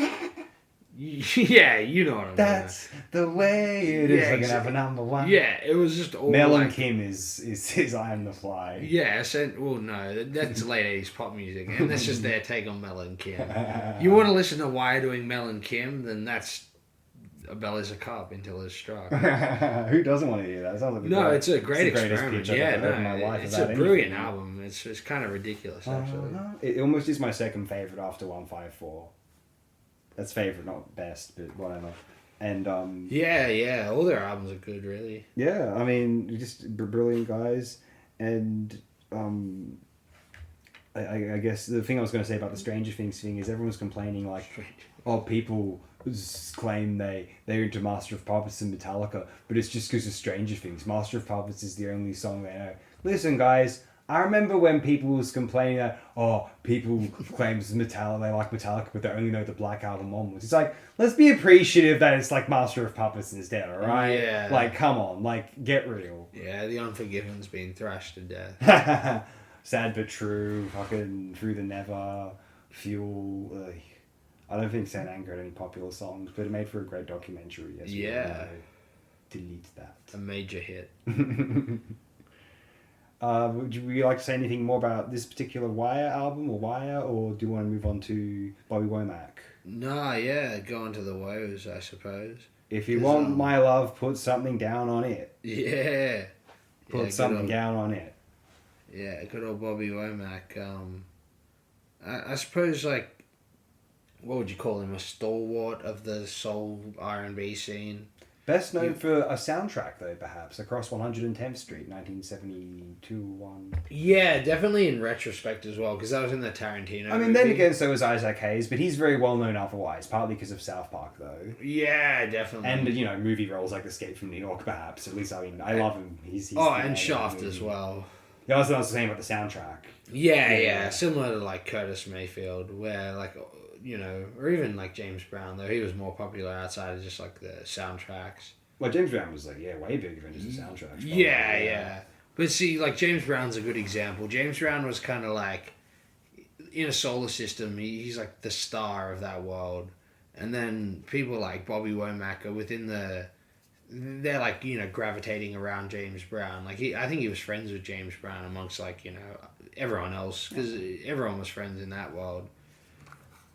And it's a weird thing where like he had like a bunch of like R&B hits throughout the 70s. Like Bobby Womack has heaps of like, you know, strange like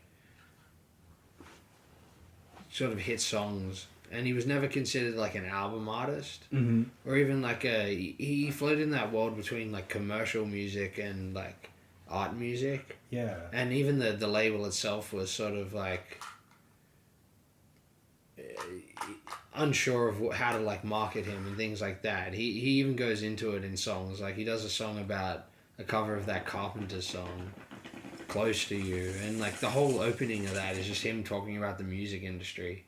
And where he like doesn't fit in, because he was like the guitarist for Sam Cooke, and then I guess tried to have his own solo career. So instead, what you get of like some sort of commercial artist, you get like I suppose once again another iconoclast.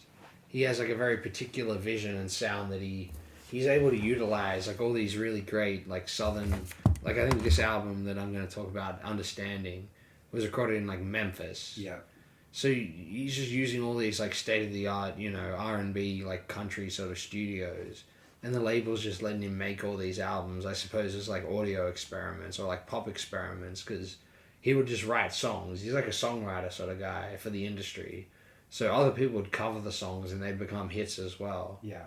Like I think the second track on this album, Woman's Gotta Have It, was recorded like covered by some I don't know, some woman, I don't know her name. But I think that was more popular for that rather than his song. Yeah. And there's probably like 3 examples of that, or 4 from his career. Yeah. So there's this weird narrative that like Bobby Womack doesn't have like great albums. He was just like a singles artist or like songwriter guy. Yeah. But like I think he's got like at least 5 or 6 awesome albums, and this one's a great example of that, where like people say that, you know, there's no cohesion or sort of like, you know, overall album idea to some sort of album he does, but then you get an album like this which is called Understanding, and you just the name, and then you look at the cover and it's just so like artful. Like what soul album has a cover like this in 19 what year is it? It was like 72, I think. Yeah, 72. It looks more like some sort of like hip hop album you'd see from the 2010s with that cover, you know. Like it's normally just people smiling or some shit, but this is like this incredibly intimate photo of like, I assume his wife and like his new daughter or something, you know. Yeah. And it's just so like, it's like you're just drawn into like the whole, there's a sort of bridging idea in this album of like everything being about like a sort of weird empathy. And it's just like drugged out, like on the edge, sort of like borderline like songwriting maniac guy who's trying to plead to the world, like he's trying to plead to the like inner part of the human condition, like to have empathy and understand, and he does it through all these songs. It's so strange. It's just like such a vision for an artist working within the realm of the music industry. Yeah. I feel he sort of like he must have like been laughing they let him do this sort of stuff, you know. That they let him like make these weirdly conceptual experimental albums without anyone knowing, and they still don't even know really. Like you hear people talk about, like I remember reading a Pitchfork review about Bobby Womack, and it was just talking about how like a man who had like a domestic violence history shouldn't be singing love songs or something. And I'm just thinking, what the hell?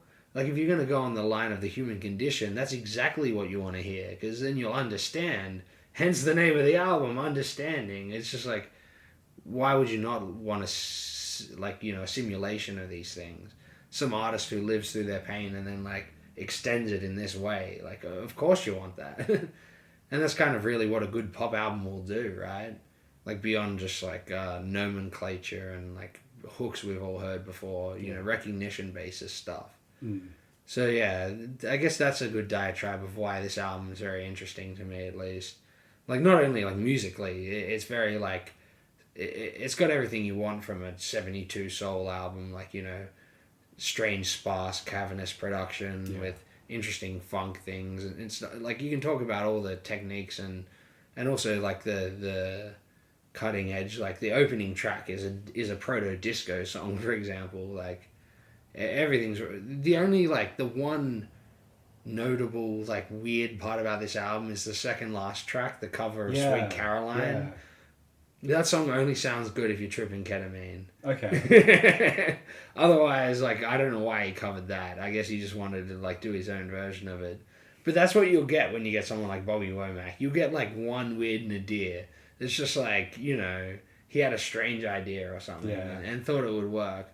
But if you can deal with that, you can like get the rest of the album, which is kind of amazing. Yeah. Well, half of this track list I've been reading, I believe, is like other songwriters. Yeah, because he just covered most of his songs, Like one of the songs, the Ruby Dean song, I think that's like a Kenny Rogers song or something. Sure, yeah. That's another thing I forgot to mention. He's just so in touch with like songwriting and music that he knows how to, similar to Isaac Hayes, make his own interpretation and version of a song that's just like, often like, if not better than the original, at least it's its own thing, Yeah. It's someone else's vision of a song. That's how you know he's a good songwriter. Most memorably on here, the third track is a cover of the Beatles. That's great, Beautifully arranged. And I think it's one of the more impressive Beatles covers I've heard. Really good stuff. Go check it out, everyone. It's a very impressively produced album for '72. Oh, very definitely. sharp, just like how great those Sly albums sound from around the time. Oh, sure, yeah. And Isaac Hayes, we mentioned him. Excellent sounding album. So some tracks seem a bit less memorable or more repetitive than others, but on the whole, it's a good piece. It's a very good piece of work. And I did some reading. It seems to be, well, it's well rated at least. Like I looked at Wikipedia, they've got one rating just from the All Music, and that gives it like 4.5 stars. So sure, like that likes it in retrospect. See, that seems to imply a positive consensus, at least in the 21st century. Yeah, and on Radio Music, it appeared to be the highest rated of Bobby's albums. So it does. This album at least seems to have a positive reception behind it. But not only do Bobby's other albums don't necessarily... He doesn't have a huge amount of albums in the 70s compared to the likes of Isaac Hayes, right? There's only about 5. Maybe. There's... Yeah, maybe 5. There's quite a few. I know there's like a bunch overall. I know he kept making albums across subsequent decades. Yeah, he had a big... there's a few, he had a big comeback in the 80s, but I swear there's like nearly an album every year in the 70s. No, you're closer to right, yeah. And like each album has like... It's weird, because I guess that's why people consider him like a singles artist. Each of those albums has like at least one R&B chart hit, top 40 or whatever for the R&B charts. Yeah. 73's Facts of Life is quite well rated as well. Yeah. Facts of Life is great. Communication. Yeah, no, he's got heaps of great albums. It's, yeah, he's just kind of like the stalwart of the scene people who are older, who were there, they like are pretty much unanimous on his appreciation, but he's sort of been lost through the sifter or whatever, in a way. Yeah, and wasn't... Like, I'm the biggest, like, sure, like, what's going on? There's a riot going on. That's what's going on. Great albums, but it's weird how it's Superfly, you can keep naming them. It's kind of amazing how Bobby fell by the wayside a bit. Oh, and one thing I wanted to bring up, which has nothing to do with what we're talking about now, is just earlier I was trying to figure out the name of that ballad short story collection. It's The Four-Dimensional Nightmare. I couldn't think of that name because it's not a name of an actual story. It's just the name of that anthology. The thing, and so I've got nothing else to remember. No, I haven't got like a storyline to remember it by or anything. And it's, even if it's a story I hadn't read, people talking about it. Yeah. So it's just a name of it. It's a good title, but it's just a name of this anthology, so it doesn't stick with my brain as well. Yeah, it's a good name. Oh yeah. But yeah, no, Bobby Womack continued putting out music for quite a while, seemingly, and yeah, like albums up to 2012, it seems to me here. Yeah, album that was produced by Damon Albarn, apparently. Oh, cool. Yeah, a similar. We mentioned Curtis Mayfield as well. He also had like a fairly prolific discography, if I'm not mistaken. Oh yeah, yeah. All these artists put out like an album or two every year. Yeah, Isaac Hayes as well. I believe. I was almost thinking this was a situation of Womack, but Mayfield was the one who suffered the tragic accident. Yeah, Mayfield got hit by like a stage rig. Yeah, like a light rig. Yeah, and yeah, it was like paralyzed. But no, Bobby Womack lived till like, I don't know, the mid 2010s. Yeah, 2014. Which is pretty surprising because he had a pretty like, rock and roll lifestyle. Which is once again how you just get these sort of songs, It's just someone who's so attached to like the hyperbole of the human condition that, they can express it in such a universal way. And now I'd like to move on to the first album I'm mentioning today, but also that it's also the last I'm mentioning today, but the first one that is not one of these British albums from the 80s. Little Boy Velvet's Pick Dash Me from January 2024. I believe it came out, if I don't remember right, on the 1st of January this year, or the 4th. Now, what would I describe the sound? Well, let's just talk about... I wasn't familiar with Little Boy Velvet before the release of this album. I've listened to some of his other stuff, and it seems like it's a varied catalogue. We could call it bedroom pop. He even does things like spoken word, or he'll experiment with a particular electronic genre for an album. But this particular release, the first one I've heard from him, is the one I've spent the most time with, and the one I found far and away most enjoyable so far. But there's a couple of other ones that I've sampled a bit of, and they show a lot of promise, I'm not going to lie. But Little Boy Velvet, he was born in Seattle, Washington in 1991, which puts him in his early 30s now. He's put out this particular album, which, with this very catching cover art, makes me think of something of the neo-psych band of the earlier 21st century thus far, Animal Collective, Sweet Trip, The Knife, maybe. I guess it's more directly electronic. But this sort of particular aesthetic, which owes itself to a more digital reinterpretation of 2D, 60s psychedelic art. And I feel like the music sounds very neo-psych, but it's also got a lot of 90s electronic dance influence, particularly trip-hop and jungle / D&D. Jungle. And we also have these long sort of stream of consciousness music, these heavy samples of media snippets. It reminds me sometimes of the tendency of hip-hop artists and or Mark Kozelek recently to just go on this stream of consciousness about very personal memories, and they want to give you kind of almost like an excavation of their brain, like this therapy via this pop album. It's a very popular thing to do now. People would dissect albums by the likes of Michael Jackson as being, about his personal psychology, and they would do it with hip-hop artists such as Kanye West, and artists like that had a very troubled relationship with the media as a result, perhaps justifiably sometimes in both of those guys' cases. But then we have these artists who, they seem to really enjoy the idea, almost in Little Boy Velvet's case, almost in a glam rock / pop way of being this sort of dissected pathology, and kind of it's almost like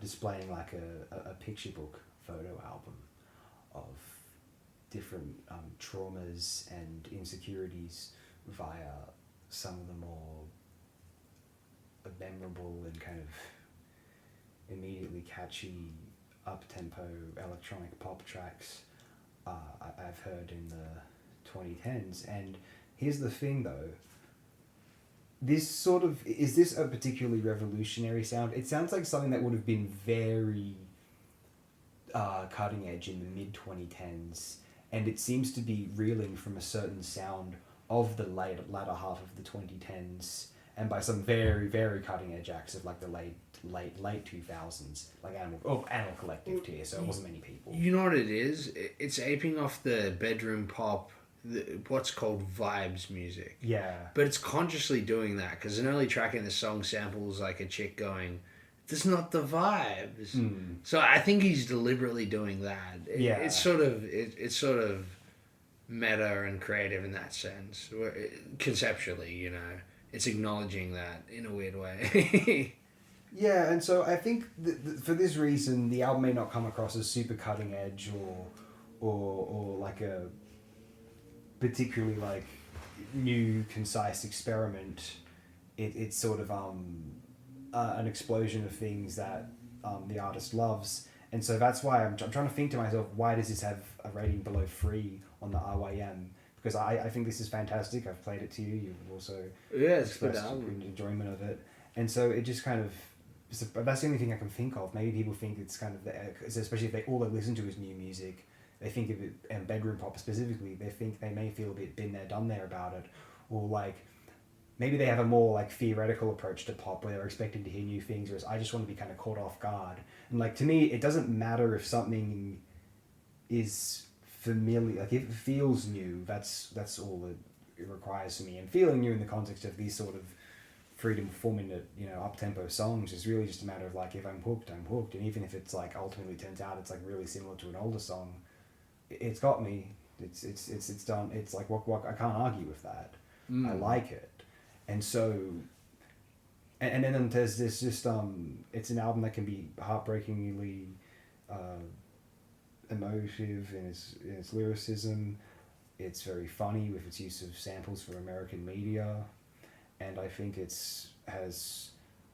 maybe someone who knows more about production, or especially like, a homemade / Ableton sort of production, how impressive, some of this drum programming and stuff is. But I'm listening to this and I'm thinking, this guy's fucking fantastic. Like it's like if like someone I knew made this, I'd be like, this is fucking extraordinary. Oh, yeah, no, it's not cutting edge, I guess, in the sense of, like, music experimentation, but he's sort of taking the syntax of music from the era you're describing, like the mid to late 2010s, and sort of entwining it with interesting, like, art pop in the way of, like, he reminds me of almost like Peter Gabriel. Mm-hmm. It's like something Peter Gabriel would do if he was that age now, Yeah.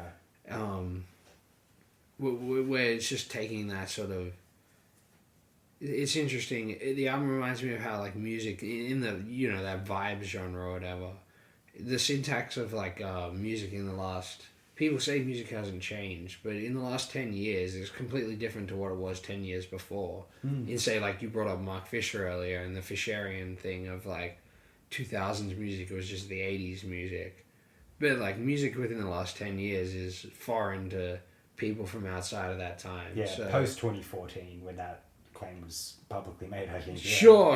Which I think is interesting. I often point out, by the next year, you had Little Ugly Mane's Oblivion Access with tracks like Search and Report. I think that's what it's called. Yeah, no, exactly. So this. you have people that, like, in 2014, 2015, like, breaking that new ground. But by now you have May have people taken a while. taking that syntax and those new, like, styles and sounds and structures and, incorporating it into their own sort of style. Yeah. So you have a real interesting moment. So this album's a good example of when people say, like, there's no good music anymore.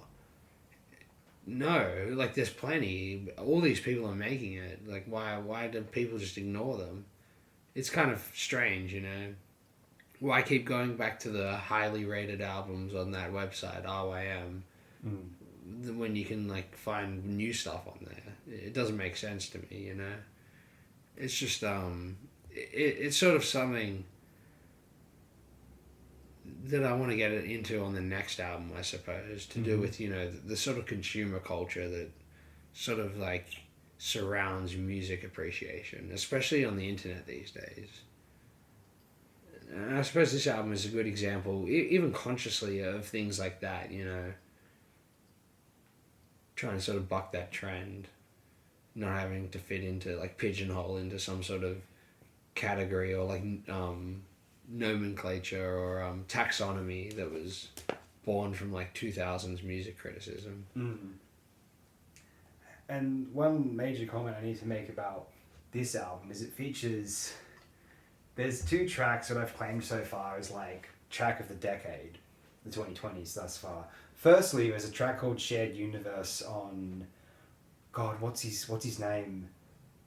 That EP, the MF Doom equivalent of Shredder. I always forget that guy's name. Yeah. Yeah, just give me a moment.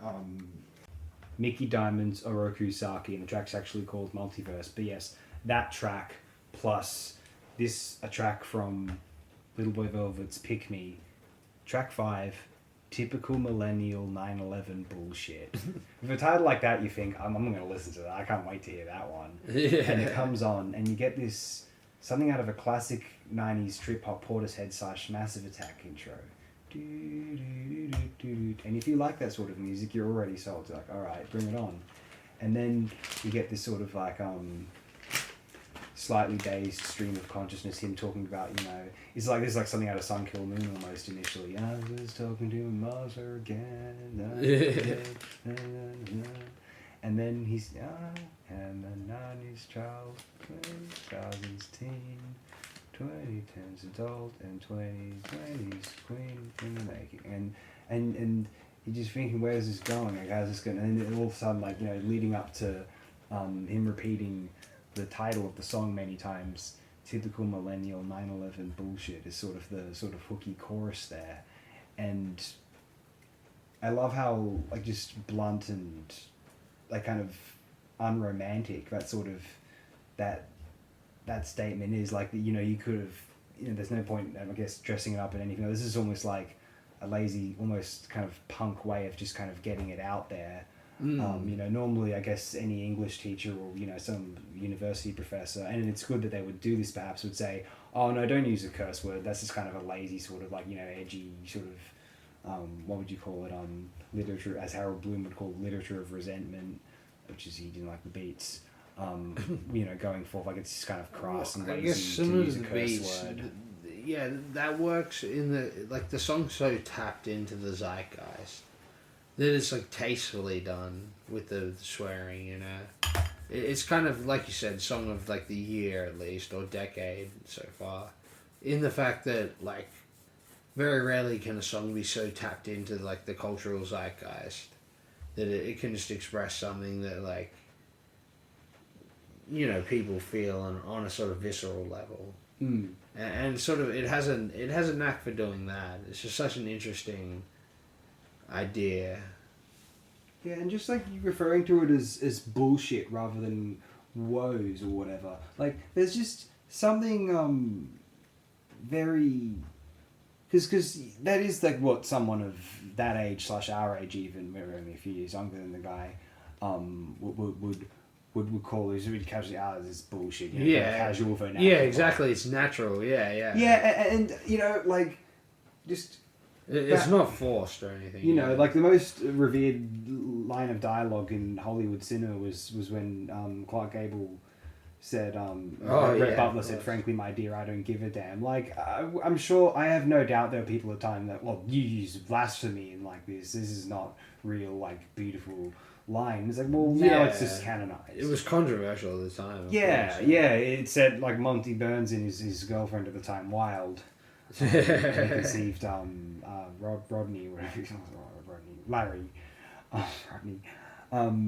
But yeah, and then the point I'm making is it's just an organic, naturalistic use of the word, a very kind of it's descriptive vocabulary rather than prescriptive, and I just think it's just at a point where it's going to be the organic observation of how language is used. And it reminds me of, I'm going to go here, it's like, and sometimes there's something profound about using a curse word, because you can put, like, the culture in perspective.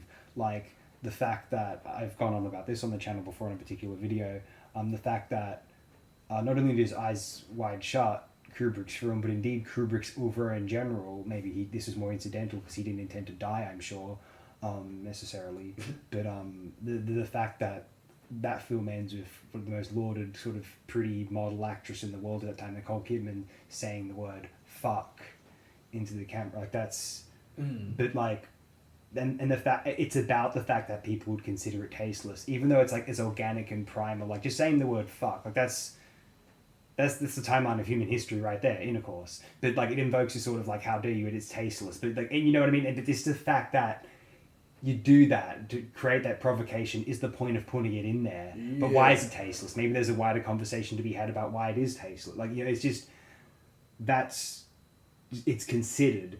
And I think I don't know if Little Boy Velvet fought as deeply as Kubrick did. Maybe he did, or maybe he may as well have. Because this is a case where, as opposed to Radiohead saying "you're so fucking special" in a lyric, in a chorus, pre-chorus, it's not lazy. It's just it's honest, appropriate, and apt. And given that the time, the hour is finite, I'd like to move on to another contemporary album, which Mr. Winfrey will be discussing for us today, I believe. Yeah, the final of our set of 10. Unless suppose... you want to say one more thing about Pick Me. No, so, I suppose it's in a similar sense of that sort of, the alchemy of music and the choice of words. Things like you mentioned, Little Boy Velvet. Perhaps it was considered, perhaps it was even subconscious, It's just so, when you're on that sort of creative bent, sometimes you gotta let, have a muse or some sort of, spirit thing that can guide your creative process, because you're just a person, you can't always be making sort of, if you're seeking for the artifice, you don't find, cleverness, you just find fucking bullshit. 9/11 bullshit. But yeah, and this album seems like a good case of it, or mixtape or whatever. I'm just going to be talking about the first, say, about hour of the album. It's Lil B's Hunchback of Bass God. I've only heard an hour of it as well, and because you'd only heard an hour of it, you recommended, you don't need to hear more of an hour of it. And as we keep saying, a day is finite or a night is finite. Yeah. Well, the circumstance of that hour is just because that's what I initially listened to while I was having a mushroom trip. And it was just such an interesting experience in the sense of sort of outside of music, creativity and the sense of being able to, like I mentioned before, having a muse. Literally on this album, Lil B credits the production to the bass god, and I feel this bass god is just his outward persona of his creative muse, this thing that's guiding him to make all ridiculous amounts of music, albums that are so long you can't listen to in one sitting, this one for example, and so you just get this endless stream of creative output done with just home production essentially, and it's kind of ridiculously creative. I can't believe somebody can just keep pumping this sort of stuff out, you know what I mean? This album just has so many, I'm surprised it's because it's a silly title and it's got a silly cover or whatever. You guys can see it here. Yeah, but that's because he probably just makes it himself or whatever. And it's just amazing how it can be so considered at the same time as being so free flowing and stream of conscious. Yeah. It must be this bass god of his is real. That's his literal creative muse that's guiding him, because I don't know. It's just the album's full of weird, almost Kanye West-esque stream of consciousness ideas about appreciating things like Fred Durst, people not wanting. It's very emo rap in a way that's done so tastefully that it's not it's clearly someone who's been around for ages, but at the same time it's just yeah, it's consistent in its concept. This whole thing of the hunchback being somebody who's the muse is almost the monkey on his back, and it's got this sort of grip on him, and he's literally Quasimodo or something, and there's just hilarious unhinged lyrics he wants to take a red pill and stop going to work and stuff like that. It's so tapped into the zeitgeist as well. He must be the last song that we'll end on was the autistic one. Yeah. But he must be schizophrenic or something, because it's truly inspired in such a metaphysical, mystical way. It's almost ridiculous. And that's kind of like the point this album reminded me, especially while like tripping mushrooms and just enjoying the sound. It's kind of ridiculous how I want to say that it helped like relieve, like funnily enough, it connected to the concept of the album, the Hunchback thing. It had a genuine sort of like relief on like my pneumatic back, you know. It sort of it let me literally stretch out. And so I find it interesting how like music, something like this, which will be like critically completely underappreciated, it has a physiological effect. Like music can sort of like literally be visceral in the way that it can change your body chemistry. And I feel so much of music criticism, especially since the days of rock and roll, is just been so downstream of like teenage consumer culture. Like you remember when you're a teenager, right? Yeah, sure. The music that like catches you in that same physiological, visceral way is just like it's almost like a sort of like tunnel vision, like a blinding like physiological feeling where you just like you feel like you're whooshing through some sort of like emotional experience. And so teenagers always seek that like hyper emotional music and stuff like that. Yeah. But it's strange how like there's so much more music out there that is like goes beyond that like consumer culture, right? It's all like, speaking of the Antichrist gal, it's like he has a consumer guide, and I just feel like critics and like music criticism, even outside of like old like magazine criticism, like the legacy of that has gone onto the internet. So many people just feel like something like Lil B, you either have to appreciate it because it's ironic, because like lol, he doesn't care or whatever. Yeah. Like it's like making fun of Daniel Johnston or something, or it's like, you know, you actually appreciate it for what it's bringing creatively.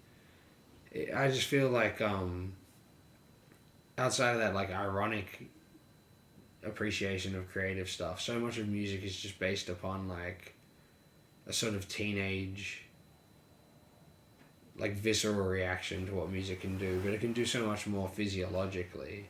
It's kind of ridiculous, actually. And for some reason, that's just what this album brought out of me. Like it's and I feel that is like what he was going for in a weird way as well. Maybe the bass god is like some sort of muse that like wants to put a message out there. You know, it's just got a ridiculous sort of more considered, like not even considered, like implicit concept. There's like the music can be, you know, it's like the potential of what a good idea can be, where so much of it is just pushed into like selling things to people who buy them, you know. For example, in music, kids. So music just gets pigeonholed as like a kid's toy, a teenager's toy. Yeah. And then people will grow up and they still only like the music they liked when they were kids, you know. Yeah. And yeah, it's just a shame that maybe because like music criticism up until this point of time has been so tied into that sort of consumer culture, the consumer guide, that it hasn't been able to sort of evolve beyond that. And maybe this can be the time that it can. Yeah. Maybe yeah. Lil B's message will get out there. Yeah. You know what Lil B reminds me of? Lil B is like the recording music equivalent of the 1000 Monkeys of the 1000 Typewriters. Yeah. Because it's such a silly, inane, and chaotic. And yet, at this point, he's been doing it for so long, so consistently, that not only do we get albums where, like, oh, at least a quarter of it is good, we get albums where mixtapes where seemingly most of it is good. Yeah. Because he just knows how to make a good track. He's so fine-tuned with knowing what he likes, how to make, you know, with whatever software he's using, perhaps, to fine-tune something which he likes. And you can just tell he likes music. Genres he wants to work with. It's just... It's like, it reminds me of how... it's almost like an addiction he has. Like, part of why people say... Sure, and, yeah. And Frank Zappa himself has said they were able to put out so much work and such difficult work at that. And Frank Zappa was very, very, very, very, very, very, very silly, as we all know. But that's the thing. Like, it's almost operating on a similar principle. But Frank was a chain smoker I suspect Lil B's a chain blunt smoker, or perhaps. Yeah, he smoked a lot of weed. And so it's just bong, joint, and then just music. And I think Zappa may have been the same. He was playing with in the studio while smoking, playing with his guitar while smoking, jamming with the band, or writing music on a sheet. Definitely. And I suspect this is what's going on here. It's almost like Frank Zappa and a bit of Sun Ra and a bit of DIY. I mean, who the DIY? A bit of Kanye West musically, in terms of just the very personal attitude and also just the, just the revolutionary. I mean, everyone was kind of post Kanye after first College Dropout and then 808. You know what I mean? Yeah. Like, twice. It was this kind of just major upheaval in sort of hip hop trends, mainstream, and to the alternative worlds to some degree as well. He's just I know I have a mutual friend of both of ours who's listened to a lot of hip hop and listened to a lot of Lil B. At one time, he was convinced Lil B had the greatest recorded output of anything in the genre. I don't know if he feels that way now, but he had heard a lot of it, and I remember him playing some of it when we were on a trip together, actual trip. This is not an altered state at this point. But yeah, I remember hearing some of it in a hotel in Nullarbor Plain. It's fucking fascinating music, It would have been an album. This was early 2018, so it would have been something that came out prior to that. So not this Hunchback one. It definitely wouldn't have been that. It wasn't out yet. But yeah, Little B's music is never not fascinating, that's for certain. Yeah, quality release. Definitely. I gotta finish off that album as well. Or mixtape. 5 hours of music or something? Oh, it's 3 hours. Okay. But that's how you know it's good. It's like you got more to go. Oh man, it's classic. Yeah, no, I can't believe just how creative some people can be. It's kind of ridiculous. We're having these enormous discographies, some artists, like we mentioned Little Boy Velvet, Atom East, No Curfew Kids. There's these artists, because I get familiar with these artists from one album, this 2024 release. In the case of Atom East, it was Encounter the Machine, and also the Spectator Project, which came out on the same day. I was like, this is some of the best ambient noise music I've ever heard. How many other albums they got?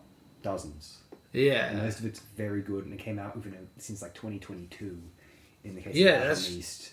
No Curfew Kids, the same thing, just very prolific. That's what people don't understand. No Curfew Kids is like 2 years younger than me. Atom East is like 4 years younger than me. Oh, it's unbelievable. Man, you can be so productive with music these days. Like, there's an oncoming wave that older people just can't wrap their heads around. That's why they keep saying that, like, music is the worst it's ever been. It's because, like, we're so confined into this, in music criticism especially, to this idea of, like, what an album is. And it's based upon a relic of an old, like, archaic physical object. Yeah, with a limitation on it. Yeah, and it's just, like, it's such an arbitrary way to look at music when you really think about it. Like, it probably wasn't arbitrary at the time because it was, you play a record, it's the record. Yeah, that was the peak of what you could do. Yeah, but when you look at it now, unless you're doing like sound system experiments like DJs and stuff like that, that's why that exists, funnily enough. Yeah. But yeah, like when you look at music now, like it's completely new. Like in a way, I really do hope it ends up being this like collective songbook, a sort of ethereal digital library of shared sound, there's no reason why it still needs to be, and I don't think it's a bad thing. People are lamenting the fall of the music industry. Really, the fall of the music industry is what we want. We want people to make music again, not the industry. Really, when you think about it, like, who wants the industry making music? No, yeah. Yeah, I mean, sometimes we underestimate how independent innovators can create technology which shaped the music industry even in the 20th century. The Fairlight was created, which is very dominant in 80s music for a little while there, created by a man from Sydney. You don't know his name, but he influenced the music industry. Oh yeah, the Fairlight was so a few years there.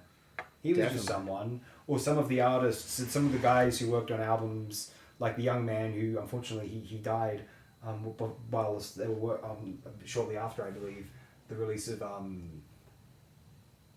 Critical Beatdown by Ultramatic Kinetic MCs.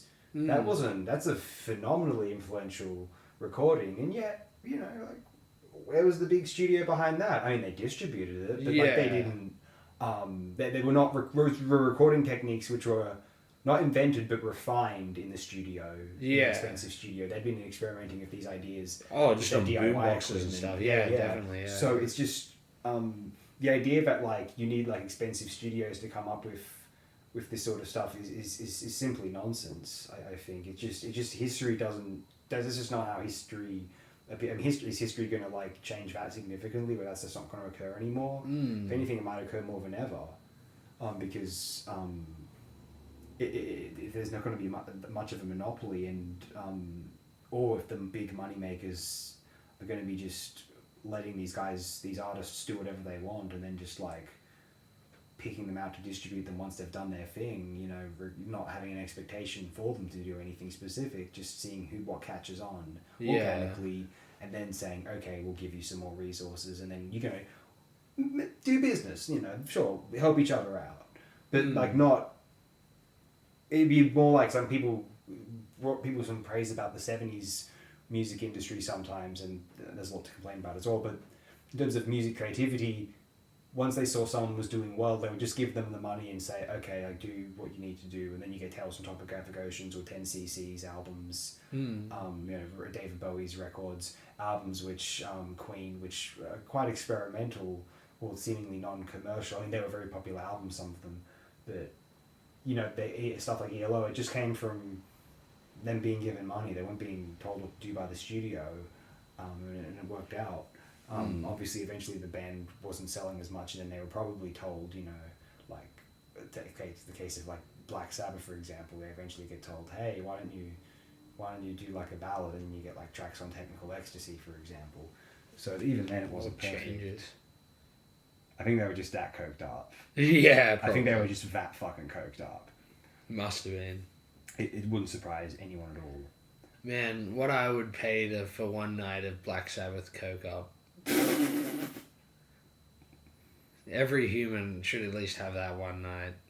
It should be like a charity. The memories those guys must have, Yeah. They've probably written a few books about it. That's true. They have. But yeah, man, like, music is arguably more exciting than ever, and it's definitely not worse than ever, because I lived through as a teenager in the demographic of the early 2010s. 2010 to 2014, we're not going to get much worse than that. And I wasn't barely around for new metal, but that seems pretty bad. Like, that was a pretty low point, man. And also, like, I was around in the 2000s, or late 2000s, early 2010s. If some of this wasn't super mainstream, but some of the metalcore stuff was, like, man, like, people my age, like, I just don't get it. Like, I'm not one of these the wrong generation kind of guys. Like, there's plenty of good music around, but like, and like in every generation there's bad music, but like, because you can be a 70s guy and champion Led Zeppelin, but it's not like they also liked Captain and Tennille and Elton John, or maybe they did like Elton John, or like, well, Neil Diamond, you know what I mean? Like, no, everyone likes Captain and Tennille. Love will keep us together. But will love for music keep music discourse together, or will a desire to create a sort of personality for oneself based upon these records and sort of this desire to taste make and culturally gatekeep, will that supersede it? Probably not, because it's only a minority of people who want to do that anyway. Although, like, sites like Radio Music, while they're brilliant for getting albums out there and artists' exposure, both old and new, partly because Discogs is kind of a shoddy layout for this sort of thing. Radio Music's operating sort of IMDb or Letterboxd now, for, equivalent for what those were for films. This is like the closest thing, and it has been for quite some time. Whereas like it was not as old as IMDb, but older than Letterboxd, and no new like Letterboxd equivalent has come along to sort of dethrone Radio Music yet, as that did to IMDb, sort of. But in any instance, it's an exciting time for music. If you're an old person, there's music of your that you grew up with as a teenager, retro acts that are coming out all the time, and you can find music from your era via the internet that you didn't hear at the time. So, in some ways, it is inarguably better than ever. Yeah. Though I understand. Look, I didn't grow up with really like the idea of like, oh, these new records are cutting edge. Like I didn't even really get CDs or albums as like a primary school kid or high school kid. Like I was more interested in music, older music, because I'd hear it in movies and stuff. Sure. As I was a movie kid, as this channel has probably demonstrated quite abundantly. So, look, like this whole thing is just. And while it is kind of exciting to try and find something that is revolutionary, I think it's a bit finicky. I don't believe you're finicky about it. I'm not quite Mark Fisher wannabe enough to just... Remember he claimed in that 2014, in the slow cancellation of Future Talk, he says, oh, sometimes I hear a song, some post-punky song on the radio, like, oh, this is kind of good. But then I realize, like, nah, it's retro thing. Nah, I can't enjoy it. I refuse to enjoy it. I refuse to. And it's like, I'm not there. Like, I'm not on principle, like, not pushing things out for being too retro or whatever. Like to me, time can be vapor as far as I'm concerned. Like, I'm not as interested in, like, what's new. If anything, ironically, considering we're talking about Fisher, that does seem like an assembly line sort of capitalistic pathology, sort of like, okay, what's new, sort of thing. Like, I'm more interested in what's enticing, what's exciting, and if that happens to be, maybe sometimes there are things we can learn from the past. Maybe sometimes we go too far one direction and then we can create a perfect synthesis. Maybe sometimes nostalgia is useful in identifying what we're missing about the present, and we can simply improve the present then as a result of the future. So I don't think these things are to be lamented. That's how you get good, like, neo-psychedelia. Yeah, and wouldn't the glam rock and or punk rock, in some respects, been considered retro or regressive at the time because they weren't brain salad surgery, Tales from Topographic Planets? Like, no. Like, they were revolutionary in their own way. And even arguably, kind of the retro skinning of the 2010s / onward has been slightly new in its own way, and certainly I think subsequent generations will identify a certain distinctiveness about it which people in the present cannot identify. And certainly we know people who grew up in the 80s who couldn't identify the 90s as a distinct aesthetic. Whereas to us it's like obvious, like all the EDM is like it's an ocean of insanity and just like vigor, you know. Yeah, well, the guy from the 80s today told me that he thought All Apologies by Nirvana was a bad Nirvana cover band. So you're definitely right. 80s people can't identify the aesthetic of the 90s. Though, just broadly, I guess as a closing statement, outside of music appreciation, on that level, I want to say somebody threw a bag of shit at me today. Literally? Yeah. How weird is that? Some old guy, his dog shat in the parking lot of where I work. And, like, this was a couple of weeks ago. And I just said, man, can you at least pick that up? It was something like that. It was like some snarky comment. And then he got so offended, he like tried to yell at me that time. And I'm just like, oh, big man, fucking come here, why don't you? And then he like walks away with his dog after it's shat in the parking lot. And then today I'm walking by and he like sees me and he's just like, big man. And I'm like, what? Oh, you. And then he like tries arcing up to me and he's just like, man, I fucking hate you posties and all you people. And I'm like, what are you talking about? And then he's just like, I called him like, I was like, I don't know who you, like, which one's the dog, you or your fucking animal? And then he's like calling me a shit cunt. And then I was like, man, why are you arcing up to me? Are you gonna hit me? You're fucking ancient. And then he's like, oh, well, hit me. And for some reason, in my life, I've had at least like half a dozen experiences of people like arcing up to me. And then when someone comes up to me and like wants to like get in my face, I'll say to them, hit me. And then instead of like, they say, yeah, hit me back. But it doesn't make sense. I said to him, I'm like, why did you arc up to me? Like, I haven't moved anywhere. So when I say hit me, either you hit me or I walk away. So why do you say, like, I'm not gonna hit an old guy. Like I said, he's ancient. So I don't know why people do that. Like they want to start shit with someone who's just like, you know, says a snarky comment, and then they come into your face, and then they don't want to throw a punch at you. Why does that happen? He didn't throw a punch at you, but he's willing to throw. No, because then I walked away after. I'm just like, you're an idiot, because like you're arcing up to me and I haven't moved anywhere. So I walk away. And then, as I walk away, like, I see a bag of shit go past me. It was his dog shit that he collected in a little bag. Because I think he started carrying a bag around because he didn't have one before. And he tried to tell me that, like, he picked up the shit last time. And I'm just like, man, what are you on about? Like, I didn't even think about that. Like, I just noticed you didn't have a bag of shit. Like, why did you... Like, you still, like, I'm living rent-free in your head or something? Like, some guy who once had a... interaction with you. Yeah. And as I walk away after he didn't want to hit me, a bag of shit went by me, and I just looked at him and I just laughed and I went, "What the fuck?" Human beings throw shit at other human beings because of like their dogs. Then I was thinking about it later, and I told my mate, I'm like, man, that guy just needs a hug. Well, it's kind of sad in a way. I could just like feel the sadness emanating off him. He must be an AC/DC fan.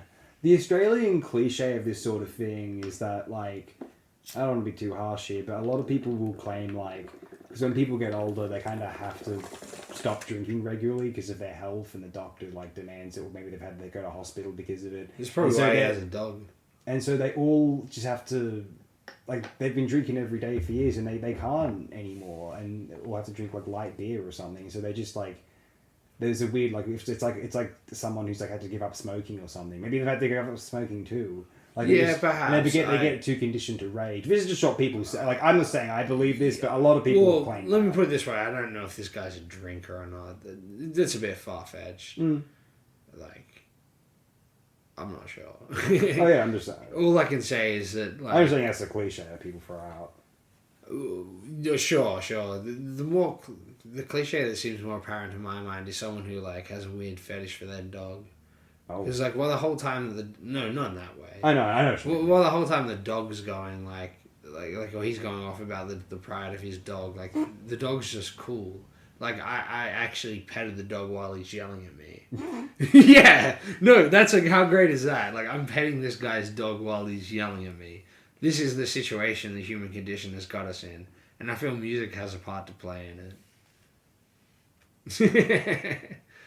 The commercialization of music is core to this. Amongst other things, of course. Absolutely true. That's my closing statement.